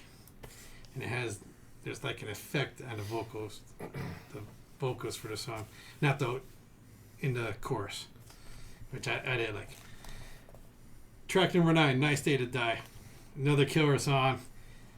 Killer guitar with different drums. Like the drum beat is different. Stands out. More strong vocals. And again, another standout solo and the end solo going up. Can't say enough about this. And then, unfortunately, here comes the roller coaster. And we finish off the album with yet another ballad, which I guess I have down. too much ballads. It's just pretty much a guitar and Terry doing a song. But some other things that happened in 1989, I should have did this earlier, sorry. The Berlin Wall came down. Gas was only $1, so in those few years between me and you, it only went up 12 cents. Yeah. Popular TV shows were Cheers, The Wonder Years. We gotta give some. What would you do? Another thing Can't escape for all people drinking beer out there, it was the year of the first liver transplant. No. And some deaths were Lucille Ball and Ted Bundy. Oh. Not to be confused. No, with Al Bundy. Not Al Al Bundy. Bundy. His It brother was Ted. Brother Ted. His Oh, yeah. brother Ted. Well, that's funny because one of the songs on Blacktop Mojo is Bed Tundy. Really? Yeah. But I mean, overall, when it comes to this album, I love this album, and their second album, which got crushed, I think it got crushed in the critics' eyes because it's heavier. Where this is more polished. I think it just was not as polished, and 3 less ballads. And some of the 3 songs off their second album put on here, killer debut. But overall, not a bad pick. BB. Just think if I did their second album, we could have did the 1-2 punch because I think their second album came out in 91. It just the light bulb just popped in my head. But I love this album. I'm a fan of me being the kid of the 80s, like growing up, 14 to 16. You love the guitar riffs. You love the cheesy lovey-dovey song kind of thing because that's what the girls liked. I'm all over this album. I think this album's amazing. And it's one of my XYZ favorites out of their discography because they only have a couple, but this is the one I go to, and I really, really enjoy this one. The opening song, Maggie, I think it's a great opener, straightforward rocker, big melodic vocals, killer guitar riffs, exactly what you want to hear in 1989. Song number 2, Inside Out. I think this would have been a better opener if you flip-flopped it. I think Inside Out would have been a great opener. It's a little bit heavier. Terry's vocals carry this tune throughout the song. The solo's ripping. The outro solo is even better. And they actually had a video for this one, like you said, BC.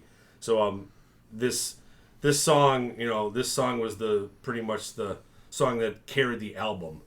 Song number 3, what keeps me loving you. I think this is a great, beautiful power ballad, BC. Soulful vocals, has great melody throughout the soul song. It has like a great melodic solo with it. I think it perfectly fit. I'm surprised this didn't chart higher in the radio years of '89. Song number 4, Take What You Can. The tremendous opening guitar riff is just crazy. This is one of the heavier songs on the album. Terry's screaming vocals are strikingly amazing, and the solo is sick bananas, BC. Sick bananas solo on that album. I feel good. I got For take what you can get. Song number 5, Follow the Night. This is like the heavier, like southern rock bluesy feel to it in a way, and I think Mark, how do you say his name? DiGilio? Man, kills it. This song, he kills this solo as much as I killed his name. But this is a great another, like, this guy's like super underrated because there a lot of guitar work on this album is amazing. Song number 6, Come On and Love Me, another rocker, has some catchy choruses, little talk box, the outro solo, which is really, really cool. Song number 7 is Souvenirs. There's the roller coaster. It has the big screaming vocals from Terry, and it has some like amazing softer background vocals from the band. Then you got like the shredding guitar on the solo, and I love that roller coaster stuff. Song number 8, Tied Up. The opening riff's really, really cool. It's got more catchy vocals. The band harmonies are great once again, and the drums are just killer. I think this song is like the drumming persona that you want to hear on a song. Tied Up just fills that for me. Song number 9, Nice Day to Die. It has another cool drum beat and more chugging riffs. It has a great band melody. and the solo just fits perfectly with the song. Song number 10, After Rain. A touching song. It showcases Terry's powerful vocals with an acoustic guitar, and I think it's a great way to actually close the album because it's a little bit different for the XYZ of what you heard throughout the song with the acoustic guitar and in Terry's powerful vocals. I loved it. I'm hooked. I'm a big fan. Dylan. So, So, This- I'm not a big fan.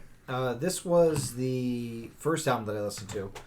I had only heard Inside Out before because it's like their song, and I have to say I was a little disappointed in it because it feels like every time it gets the momentum going, another ballad hits, and it feels like I'm being pushed backwards. Like when I come to albums like this for like the late '80s stuff, I kind of want more rocking than ballad, and it seemed like it was kind of almost even, which is fine, but like I think the rockin' stuff needs to be more rocking if you're gonna have so many ballads. Like the rockin' stuff is good, but I don't think it's like there's like a scale that needs to be tipped for me, and it needs to be more heavy than lighter in like with these kinds of albums, and I don't think that this one hit the scale correctly for me.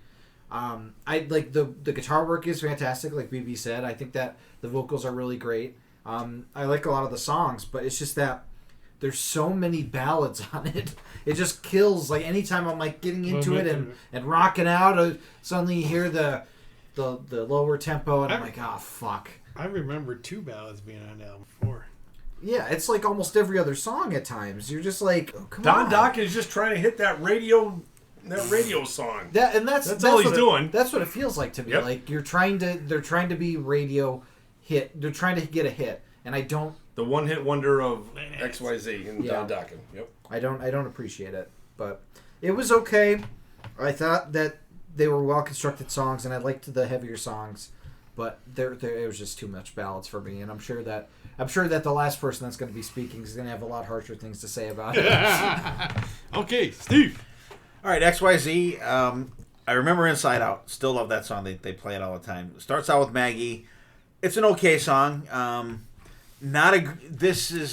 For me. This is not the album I want to put out and say this song represents our band. The first song you're gonna hear from us is this. That's a fail for me. I'm like, I mean, it's a good song, but it's like just not. It's not a punch in the face to say this is our band. It's not one of those statement songs that I like to hear.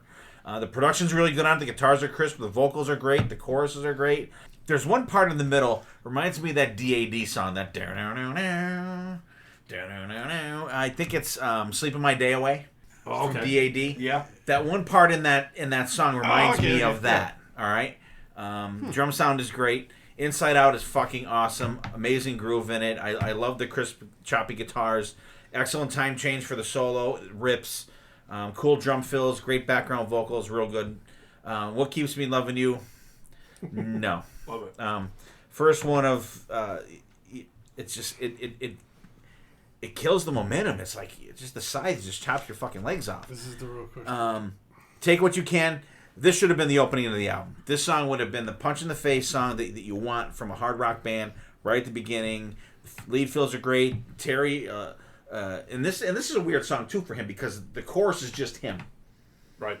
There's no background vocals. It's just him for the chorus, which is unusual. So I wonder if there's a version out there where there's background vocals for the chorus and him, and if they just went with him. It's weird that you get him in these other songs. You have the background vocals, but this one, the chorus is just him. Solo friggin' fucking rips. The drummer kills it on this one. This is my favorite song on the album for sure.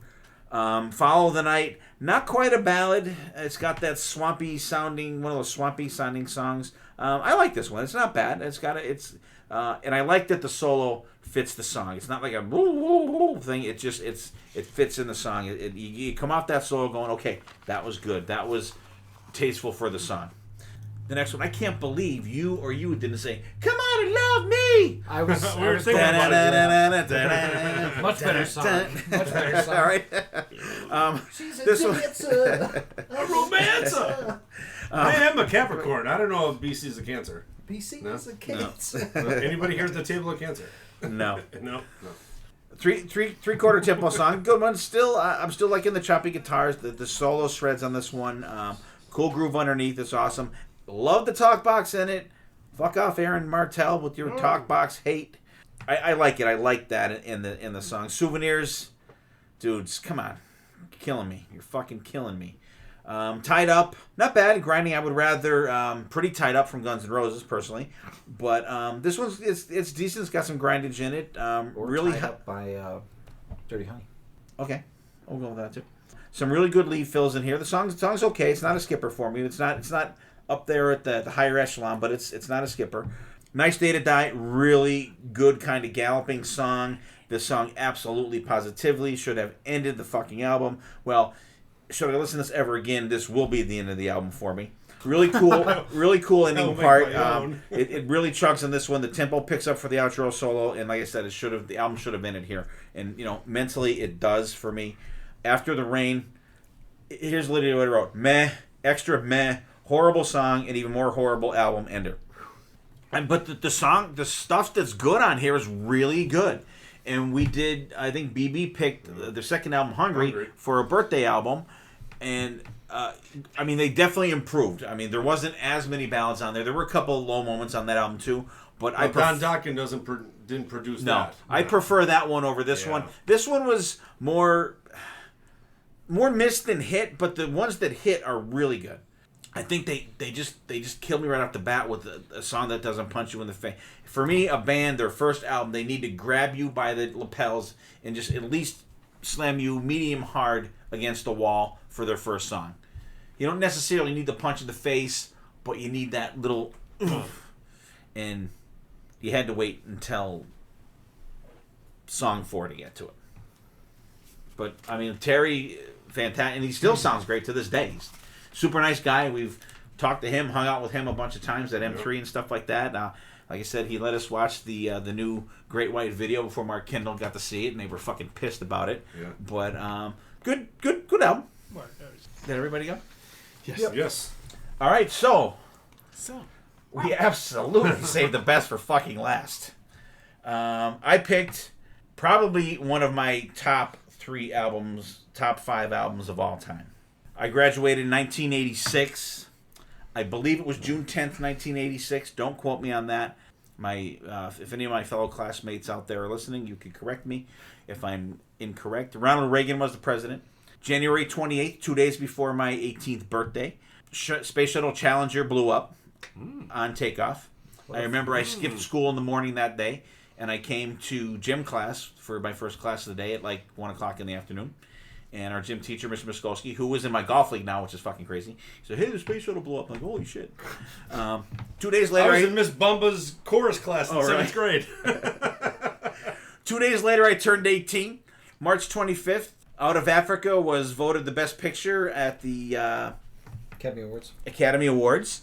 April 26th, mine's got a lot of bad news in it here, by the way. I'm just saying that. Yeah, mine did too. That's why. April 26th, the Chernobyl disaster happened. Jesus. 4,056 people died right away from that. Not to mention the thousands that died after that because of that fucking radiation. thing. Like I said, June 10th, I think I graduated.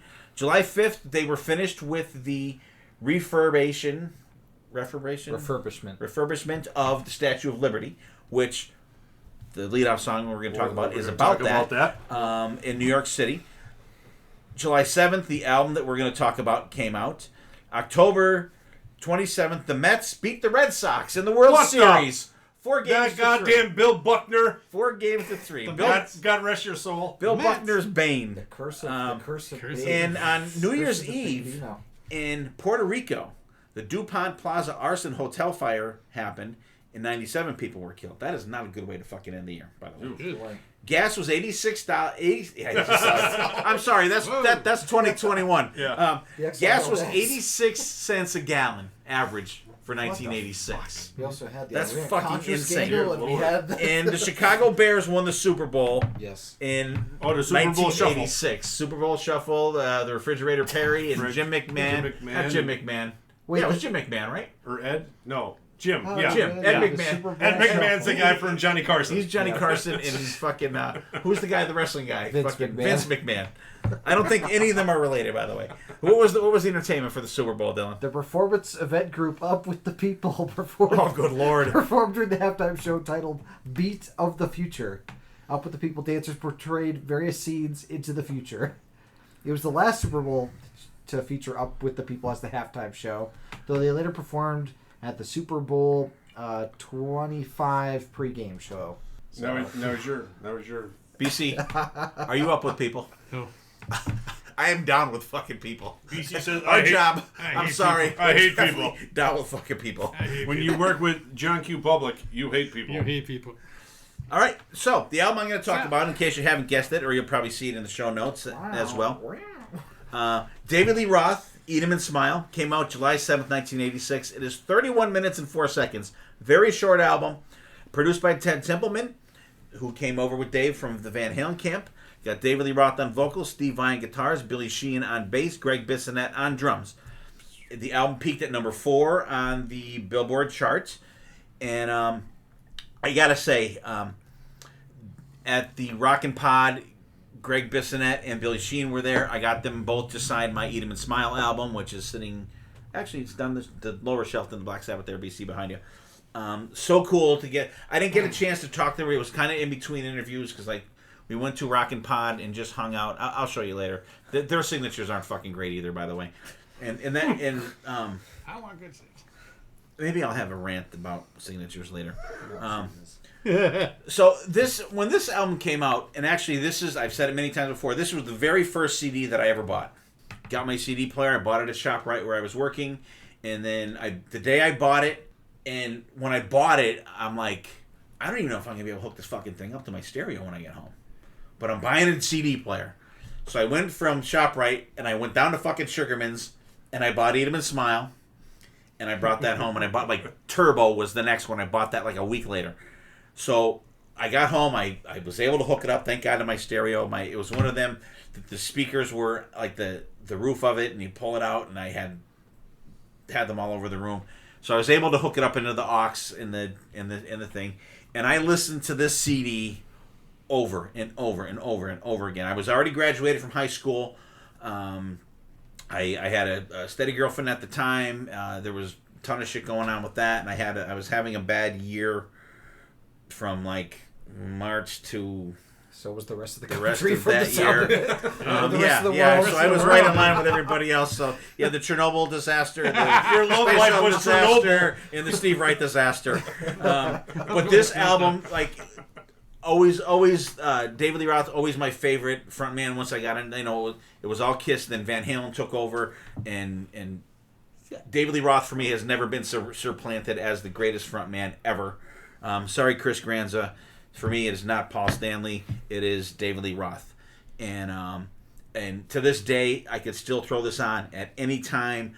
Opens up with Yankee Rose. Yankee Rose was released a couple months before that because they wanted it to coincide for the song to be out when the Statue of Liberty was unveiled as refurbished. And I remember the song coming out, and it was like, oh my God, this is fucking fantastic. We talked about this on BB's B-Sides a couple weeks ago. Yankee Rose, wow, what? What are you doing? Let me roll out to the sidewalk and take a look at. But the video for this is great when he's in the fucking convenience store. Give me a drink and a bottle of anything to go. Fucking fantastic. Love it. Watch that video. It's very cool. I like it. You get to know the whole band musically in this first song. You get the Steve Vai, the crazy guitar. You get the Billy Sheehan and the I love the big drum sound, the production of the drum sound on this album. You get everything is out front. It's produced fucking fantastic. Thank you, Ted Templeman, for kicking ass. I love the bright lights, city lights in your. I just and the solo. I wish the song didn't fade out. I like more of a hard ending of a song, and I wish it faded out a little longer because the shredding at the end of the song and the whammy bar shit that Steve Vai does is fucking fantastic. Great introduction to the band. Next song, Shy Boy, and I just listened to our buddies Baco and LC from the Cobras and Fire podcast. They did an interview with Billy Sheehan at Rockin' Pod, and they talked about Shy Boy. And the thing with that is David Lee Roth liked the song, and he said, let's do it. And so he didn't want any publishing from Billy Sheehan. So every time you listen to that or whatever, Billy Sheehan gets the download. So Dave has no publishing on it. It's a Billy Sheehan song. You get this is where the band, you're like, wow, now you're like, fuck, these guys kick ass. And I do agree with you to a certain point that Shy Boy is better than Yankee Rose because of the musicmanship on this song. It's more of a rocking song, and you get the good introduction to the band, but the second song, Shy Boy, it really fucking comes together. Absolutely fantastic. The shredding is great. It's Talus time, baby. It's an old Talus song. The band kills it on this. Gotta keep things moving till my personality starts improving. Love that shit. Insane solo. But like this whole album, you don't get a lot of rhythm guitar during the solos. It's just fucking Billy Sheehan and Greg Bissonette rocking it up. You have Greg Bissonette and you have Billy Sheehan. You don't need a fucking rhythm guitar. You don't need that. You don't need that shit dubbed in there. And another interesting thing, I was telling these guys, Greg Bissonette, he's got that raspy voice, so you're like, oh, this kind of like a CC DeVille kind of thing. I do it terrible, but really cool voice, super nice guy. Talked to him for like maybe a minute, 2 minutes, maybe in the hallway. But Bissonette and Billy Sheehan are fucking locked the fuck in. And Billy Sheehan even said it. He probably would not have been able to hook up with, like, have the opportunities that he's had with Mr. Big, Winery Dogs and stuff. If it wasn't for him joining the David Lee Roth band. And he was only on Eat 'Em and Smile. He wasn't even on the second album. So just from this album alone, put Billy Sheehan on the block where he should be. As you're looking for a bass player to kick ass, this is the guy you need right here. Next song, I'm Easy. Fun cover song, very catchy foot tapper.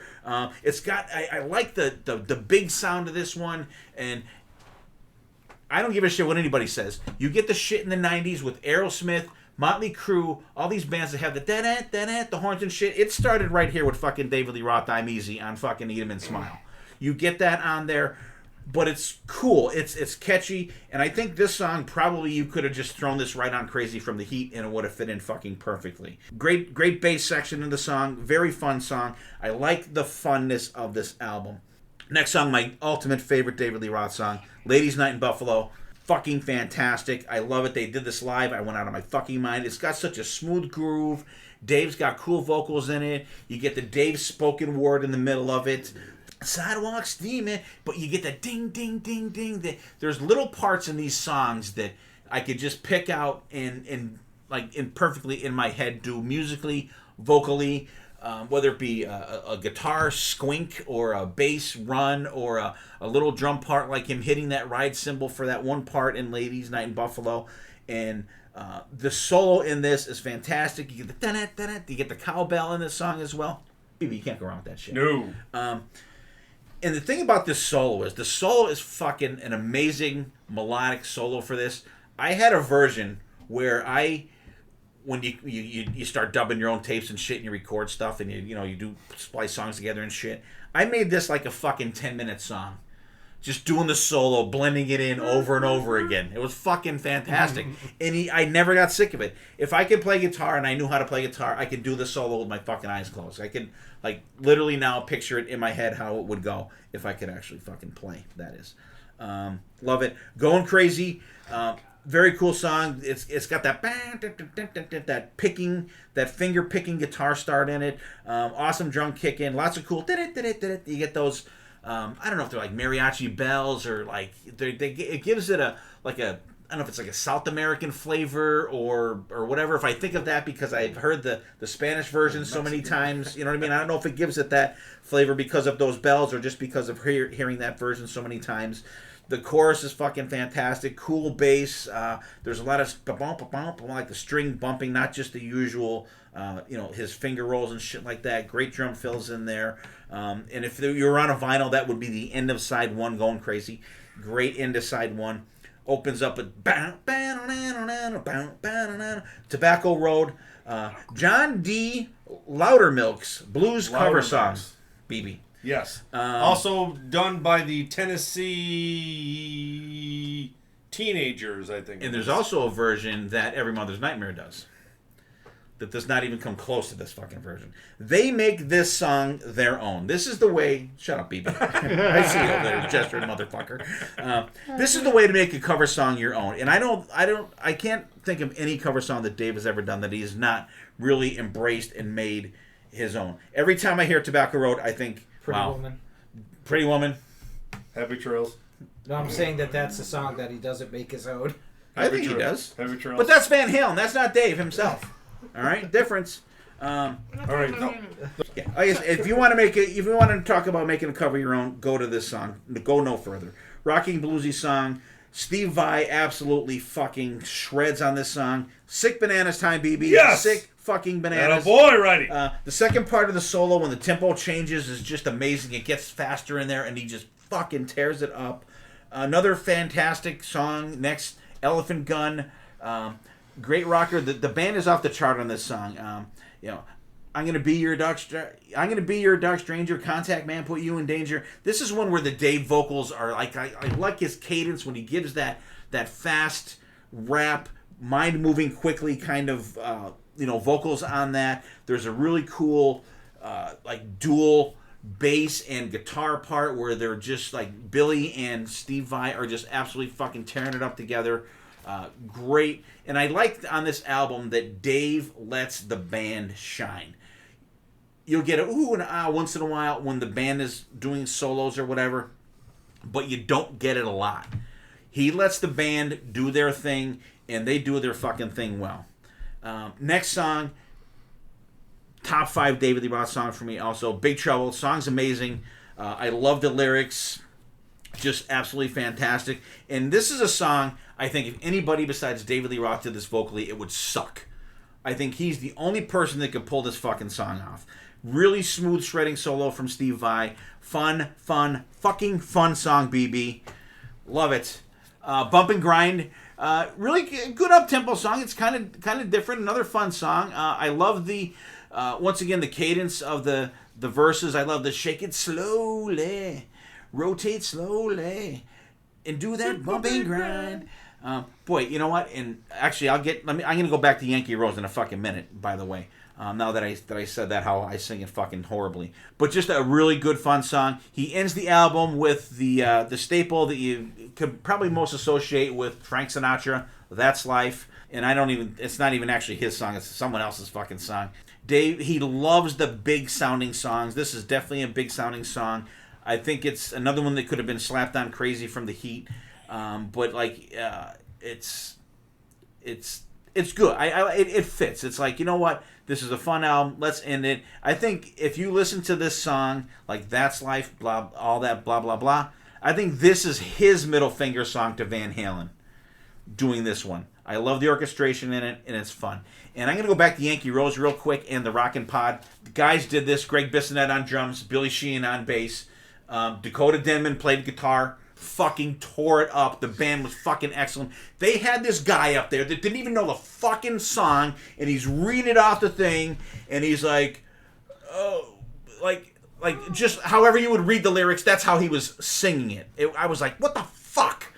I was so pissed. He was ready to charge the stage. I'm like, what the fuck? But they did Shy Boy next, and he fucking knew that. I'm like, how do you know fucking Shy Boy? How do you know Shy Boy, not fucking Yankee Rose? I was like, what the fuck?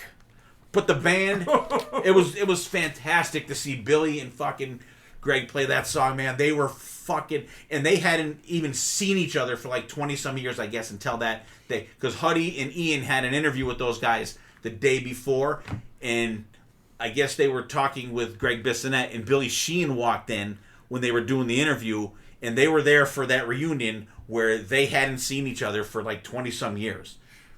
So, holy shit. And then the next night they play together. It's like they never fucking left. Yeah. It was fucking fantastic. Dylan, what do you think about this album? So this Be to kind this or to move me out. This to me is like what would happen if Dave like had complete control over Van Halen, because you have the players that are able to do what Van Halen does in a slightly different way, but they're able to technically be at that level. So this is almost like a look into an alternate future almost of like what Diver Down could have been if it was done better. Are you saying Bizarro Van Halen? Yeah, almost.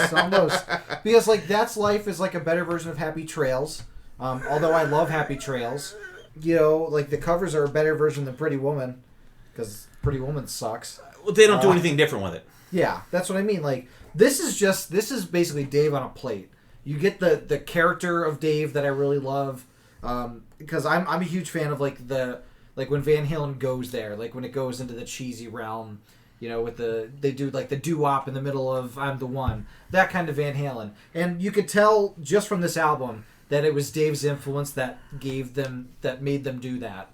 And I love that it's almost like you extracted that part of it and like jammed it into this album. And I don't think there's a bad song on here. Like, there's not a skipper for me. I like all of them. I think that they're all perfectly placed. I could see why you like this album so much, for sure. You can stay. You can keep living here. All right, BB. I'm gonna have you go, and then maybe BC will have some reason here. BC Voice a fucking reason. We'll sign up the shit. This could be BB's last episode. Okay, there we go. David Lee Roth, Even Smile.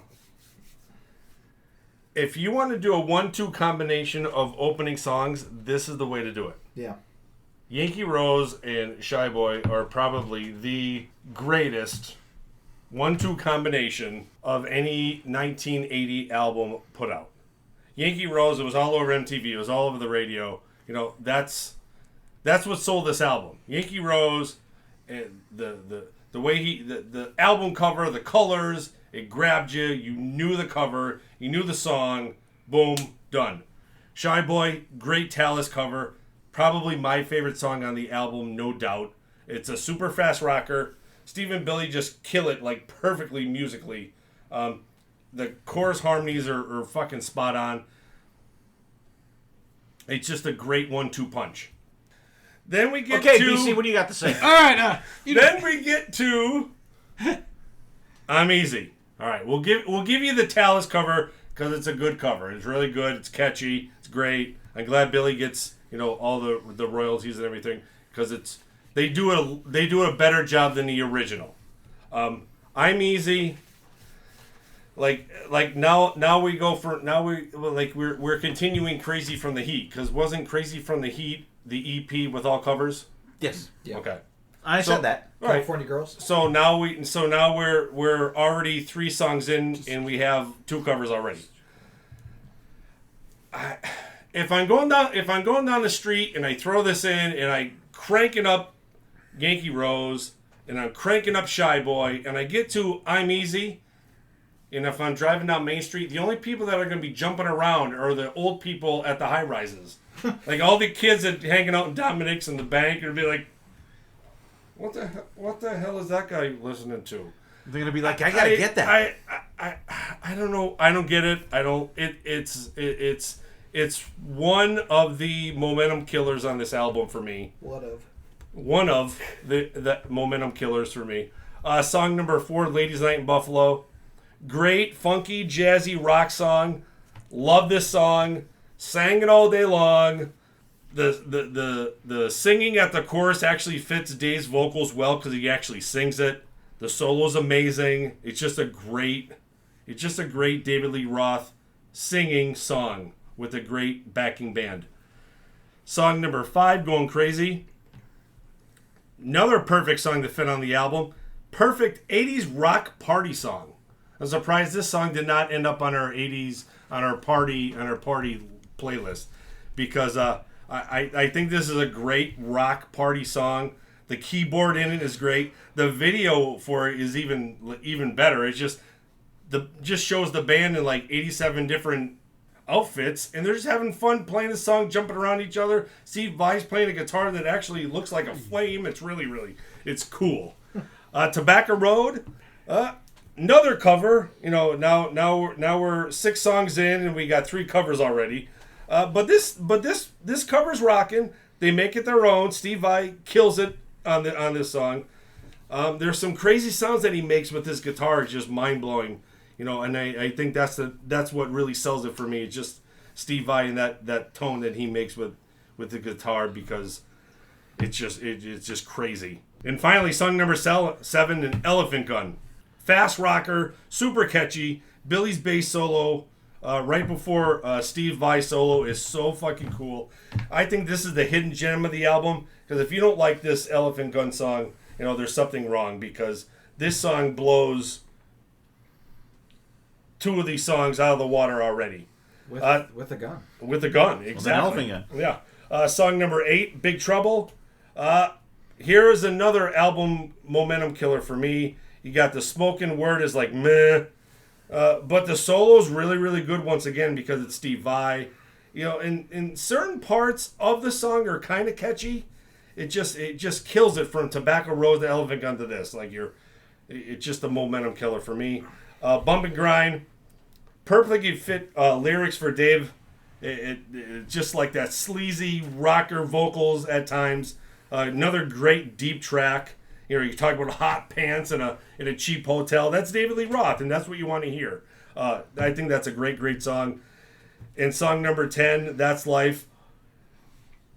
I wrote, "Oh God, another Happy Trails. A horrible closer. I'm so sick of Dave doing fucking covers." Wow. And that's what I'm going to leave it at that. Holy shit. And BC checks back into rehab on August Oh, that's 18th, BB. 2021. Or BB, rather. I'm sorry. You didn't like Big Trouble? It's a momentum killer.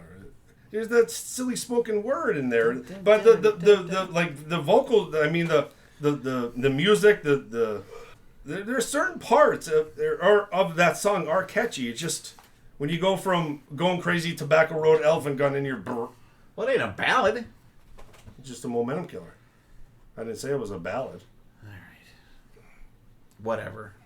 What do you got, BC? David Lee Roth, Eat 'em and Smile. I can remember going to Sugarman's, I believe it was, and going through the records. And, of course, back then there was no internet, no nothing, so you didn't see nothing until you went and got it. I remember seeing that cover. I was like, holy fuck. Like, just jumped right at you. So you take it home and you put it on, and the music jumps right at you. Of course, you heard Yankee Rose before the album, but still, yet I love the Dave and the Steve Vai with the guitar, back and forth. That's cool. I mean, just ripper of song. Shy Boy, straight forward, in your face.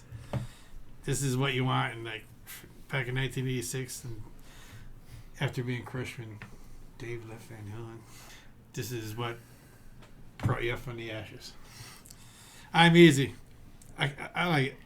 We know that. But not as much as track 4, Ladies Night in Buffalo. I mean, it's not like in your face rocking or anything, but it's just It's a the bass good in it. song. Totally good song. Going Crazy, of course, that was underrated, right? Yeah. Video As a single. That was another, not hit, but Going Crazy. Just Tobacco Road. I agree. This version of it is a little bit better than other versions, but every version has their own thing. But I just love the chugging of this song. It's Elephant Gun. Again, I like it. Unlike BB on track 8, Big Trouble, I know David Lee Roth. I'm a Dave guy, so maybe that's why I don't mind if he spoken word. Only he could pull that one off. He could. It's Dave. It's just he has the ability to fart and it'd be good in the song. I don't know what it is. Just Bump and Grind, another great song, and a lot of these songs are not even 3 minutes long. They're just bam, you just hit you and go. And they finish off the album with That's Life. I like it. Again, I think it's because it's Dave. He can pull this shit off. I mean, could Vince Neil do that? No. A lot of vocalists back in that time. No. But Dave has that charisma about him where he can pull off the things that no other vocalists of this era, say, could pull off at the time. But, I mean, this is a great album. All right. And I forgot as well to go through the chart here. 1986. Good job, BC. BB, you suck. Go back and listen to 5150. All right, 1986, the number one song of the year. It ended up being "That's What Friends Are For" from Dion and Friends, Dionne Warwick, Gladys Knight, Elton John, Stevie Wonder. Wow. So we go down to one of Dylan's favorite songs. It's not rock, but I will give it to him. Number 7 of the year was Party All the Time from Eddie Murphy. Yeah. I saw that. I'm like, holy shit! I didn't know that was from Murph. Yeah. 8, Burning Heart from Survivor. Addicted to Love from Robert Palmer turned up at number 10. Heart. Isn't that the one from Rocky 4? Mm-hmm. Yep. Good song. 18, Heart with Never. Prince of the Revolution with Kiss at 19. 20, Higher Love from Steve Winwood. Stuck on You from Huey Lewis and the News at 21. Rock Me Amadeus, that one's for BC. Yeah. At number 28, Falco. Bon Jovi, You Give Love a Bad Name at number 30. Classic. 30. Mad About You from Glenda Carlisle. I put that in there because she's fucking hot. That's a good one. At number 36. And I put this one in because it's a cool song. Dancing on the Ceiling by Lionel Richie. Fucking cool song, man. Number 39. I didn't mean to turn on you, Robert Palmer. That one I'm not really too familiar with. Dire Straits, Walk of Life at 49. Boston with Amanda at 50. What You Need from NXS, good song, at 56. Take Me Home Tonight from Eddie Money at 59. Classic. Your Love from the Outfield, another good song. The dude from those guys just died a couple months ago. Shows he's on Your vacation Love. far away. ROC in the USA, John Cougar Mellencamp at 66. What got to be Love on Van Halen at number 69? Small Town by John Cougar Mellencamp at 72. Classic. Sleeping Bag, ZZ Top, 80. 81, The Cars, She Comes Tonight. Walk This Way, but it has Run DMC featuring Aerosmith at 89. So there's a little taste of the... That's funny. You heard Van Hagar, but you didn't hear David Lee Roth from 1986. Just wondering. So these are what was ranked for the end of the year? For the year, yeah. I guess end of what the year. their rank was for the end of the year. So Yankee Rose wasn't on that list? I was surprised. I don't know. The only thing I'm thinking is because it came out after half of the first half of the year. Maybe because I know 5150 came out earlier, right? 5150 was out in the spring. When 5150 came out, Dylan? It was out in the spring. I know that for a fact. Because that was already out by the time I graduated. 5150 came out March 24th. Yeah. So that had a lot more time, too. So that may be a factor. I don't know. But obviously...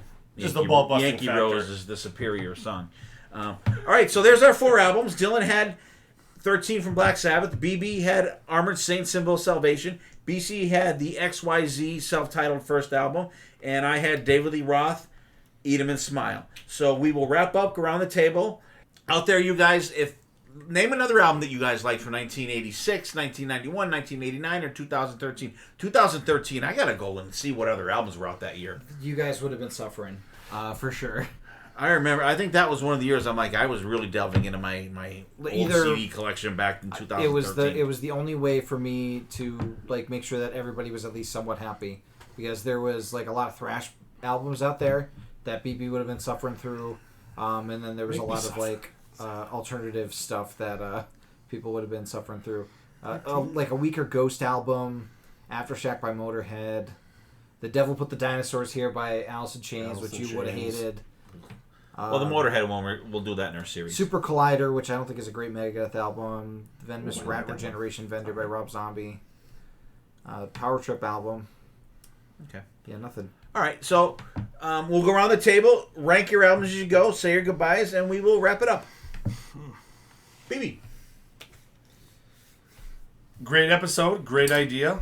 We can we can do this again easily. There's so many albums that was released when we graduated.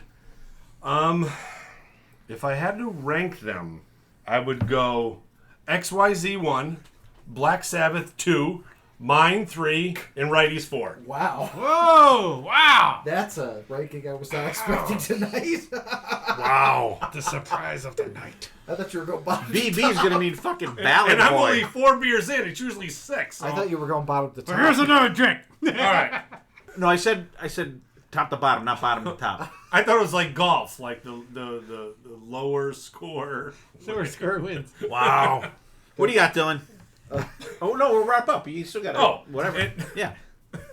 No, this was a great topic, and like I said, this could easily, we can always, do this again down the road next year. Be like a series of albums or episodes, because there's quite a bit of stuff. Like Dylan just rattled off a bunch of albums, which throw something out there and just see what it is. could be great. You Yeah. know? But I think this is a great topic. I really, really enjoyed it. And, it was great to actually listen to Dylan's album because I haven't listened to it in probably since 2013. That's a great thing about these episodes. You bring out these albums that you, quote unquote, used to listen to and, bring them back and they just bring back some great musical songs and album was great. And I had a really good time listening to actually all of them. Yeah, I did as well. I like that we all picked artists that we don't really talk about as much. We talk a lot about Sabbath adjacent, like Dio and Ozzy and stuff that's around Sabbath, but not as much about Sabbath itself. We never talk about XYZ. We sometimes mention Armored Saint, and we do talk about Dave a lot. Well, one of us talks about Dave a lot. For my rankings, I'm going to go bottom to top. It's going to be... It's actually going to be very similar, except it's the exact opposite. It's XYZ's the lowest. My album's third. I got to go Armored Saint second and David Lee Roth number one.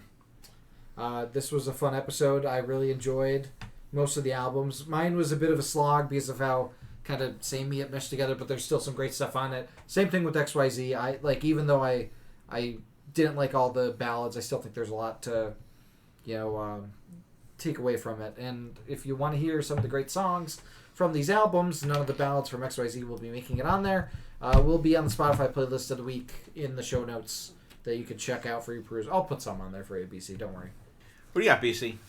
Another fun episode.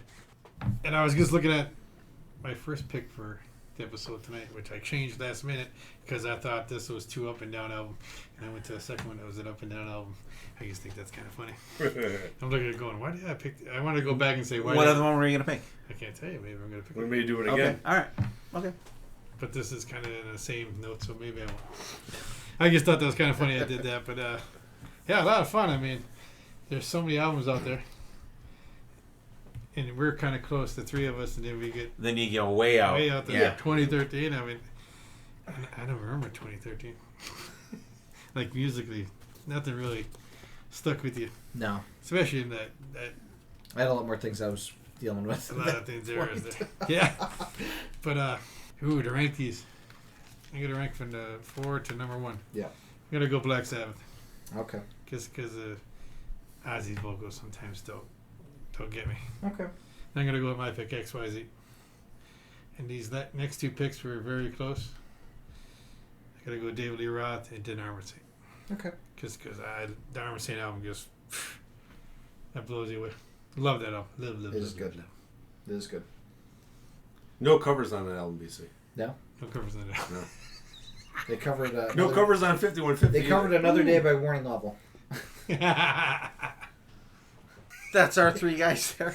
totally God. lost my fucking thing. Yeah, maybe if you weren't fucking texting. I wasn't. I was What sending we're you guys a doing list. I was ourselves. sending you guys a list. Sorry. Yeah, fun episode today. It was cool. So did you hear it? Huh? You didn't hear him. No. No, what'd you say? God. What'd you say? I guess you'll have to listen to the episode. Yeah, you'll have to Listen to the episode. All right. Yeah. Well, That'll teach you for I'm that sure pay whatever it attention. is, fuck you is what my next thing's gonna fucking be. All right. I was actually sending you guys something. Fun episode. I really enjoyed it. It was cool talking about the albums that were out when we graduated, and especially the songs that were, the songs we would have listened to and enjoyed when we were graduating high school. And I like Dylan's year, like him naming shit was totally like holy shit. But like I do remember all there those were songs, albums from, my year, BBs and BCs that you could have picked 20 albums from each year, and it would have been no problem at all to talk about. I just like doing that. It was cool learning like shit how much fucking gas was back in 1986. It was 86. It was 86 and 86. 86 and 86. So it was very cool. I definitely enjoyed it, and I want to thank everybody for listening out there. It's good to be back at the steering wheel here at the podcast, and it's been great getting a little break, having Dylan and BB host this show. But we have a ton of shit coming up because I literally handed these guys the list of shows we have coming up. We're good until the middle of November for what we have coming up. And there's one that's coming up that I'm going to talk about with these guys when we get done that's like going to be fucking insane. So, guys, what album came out? What's your favorite album of the year that came out when you graduated high school? or if you didn't, or like when you got your GED or whatever, or when you should have graduated high school. But like throw an album out there for a year. Throw a year album out. We could do an episode. Throw it. Well, except for Dylan. Well, BC's might be tough too. Throw an album out there for the year you got married. Oh my god. BC's like 2 years ago. Dylan, Has not happened yet. not happened yet. So maybe we'll have to get like Sonny or Steven or Aaron or someone else to do that episode, and you can just you could be Dylan can have a day off. Yeah, you can or be the Ed McMahon for that one. So thanks everybody for listening. This was a really cool topic to do, and like Dylan said, check out the songs in the Spotify playlist, and I will rank mine as well. I forgot to do that. I'm going number one is going to be, I got to go with David Lee Roth. That is one of my top 3 albums of all time. Second, Armored Saint, BB's. That is my go-to Armored Saint album. Number 3 is going to be the Black Sabbath one. I like it. It is a little bit of a slog, and it is a good playlist album. But the XYZ, there's a lot of shit I like on there, but it's just too many ballads. It's too much more. You just get give me that. You get they're both coming after me. I'll kill you both. But it's just, it didn't grab me from the beginning. Like if it had like a kick-ass song right off the bat, it may have ranked higher. But there's good stuff on there, and I would absolutely skip the, the ballads on that one. Terrible closing song. So that's my rankings there. So, sorry, BC, someone's got to be last, but still good stuff on there. Still really good stuff on there. And when BB did the second album, I thought that was fantastic and really good stuff. Terry still sounds fucking fantastic. I don't know if there's anybody else original in the band still or not. I don't know. Terry and... guitar player? No. Bass player? Yeah, thank you. That album we were thinking about was Letter to God. Yeah, okay. That was an album that came out in the mid-90s, early 2000s that was from those guys. It didn't have Terry on vocals. Or did it? It did. It did. Was It wasn't bad. Like orangish yellow cover. Yeah, it wasn't bad, though. It was pretty good. Yeah, it was like a little type. All right, so there's our albums. Once again, Dylan did Black Sabbath 13, BC XYZ self-titled, BB Armored Saint, Symbol of Salvation, myself, David Lee Roth, Eat 'em and Smile. So, guys, have a great week out there. Thanks for tuning in. We love you guys. Interact with us on Facebook, YouTube, Twitter, all that kind of good stuff there. And we will catch you next week. Take care of yourselves and each other, and we'll see you next time. And there definitely will be a next time.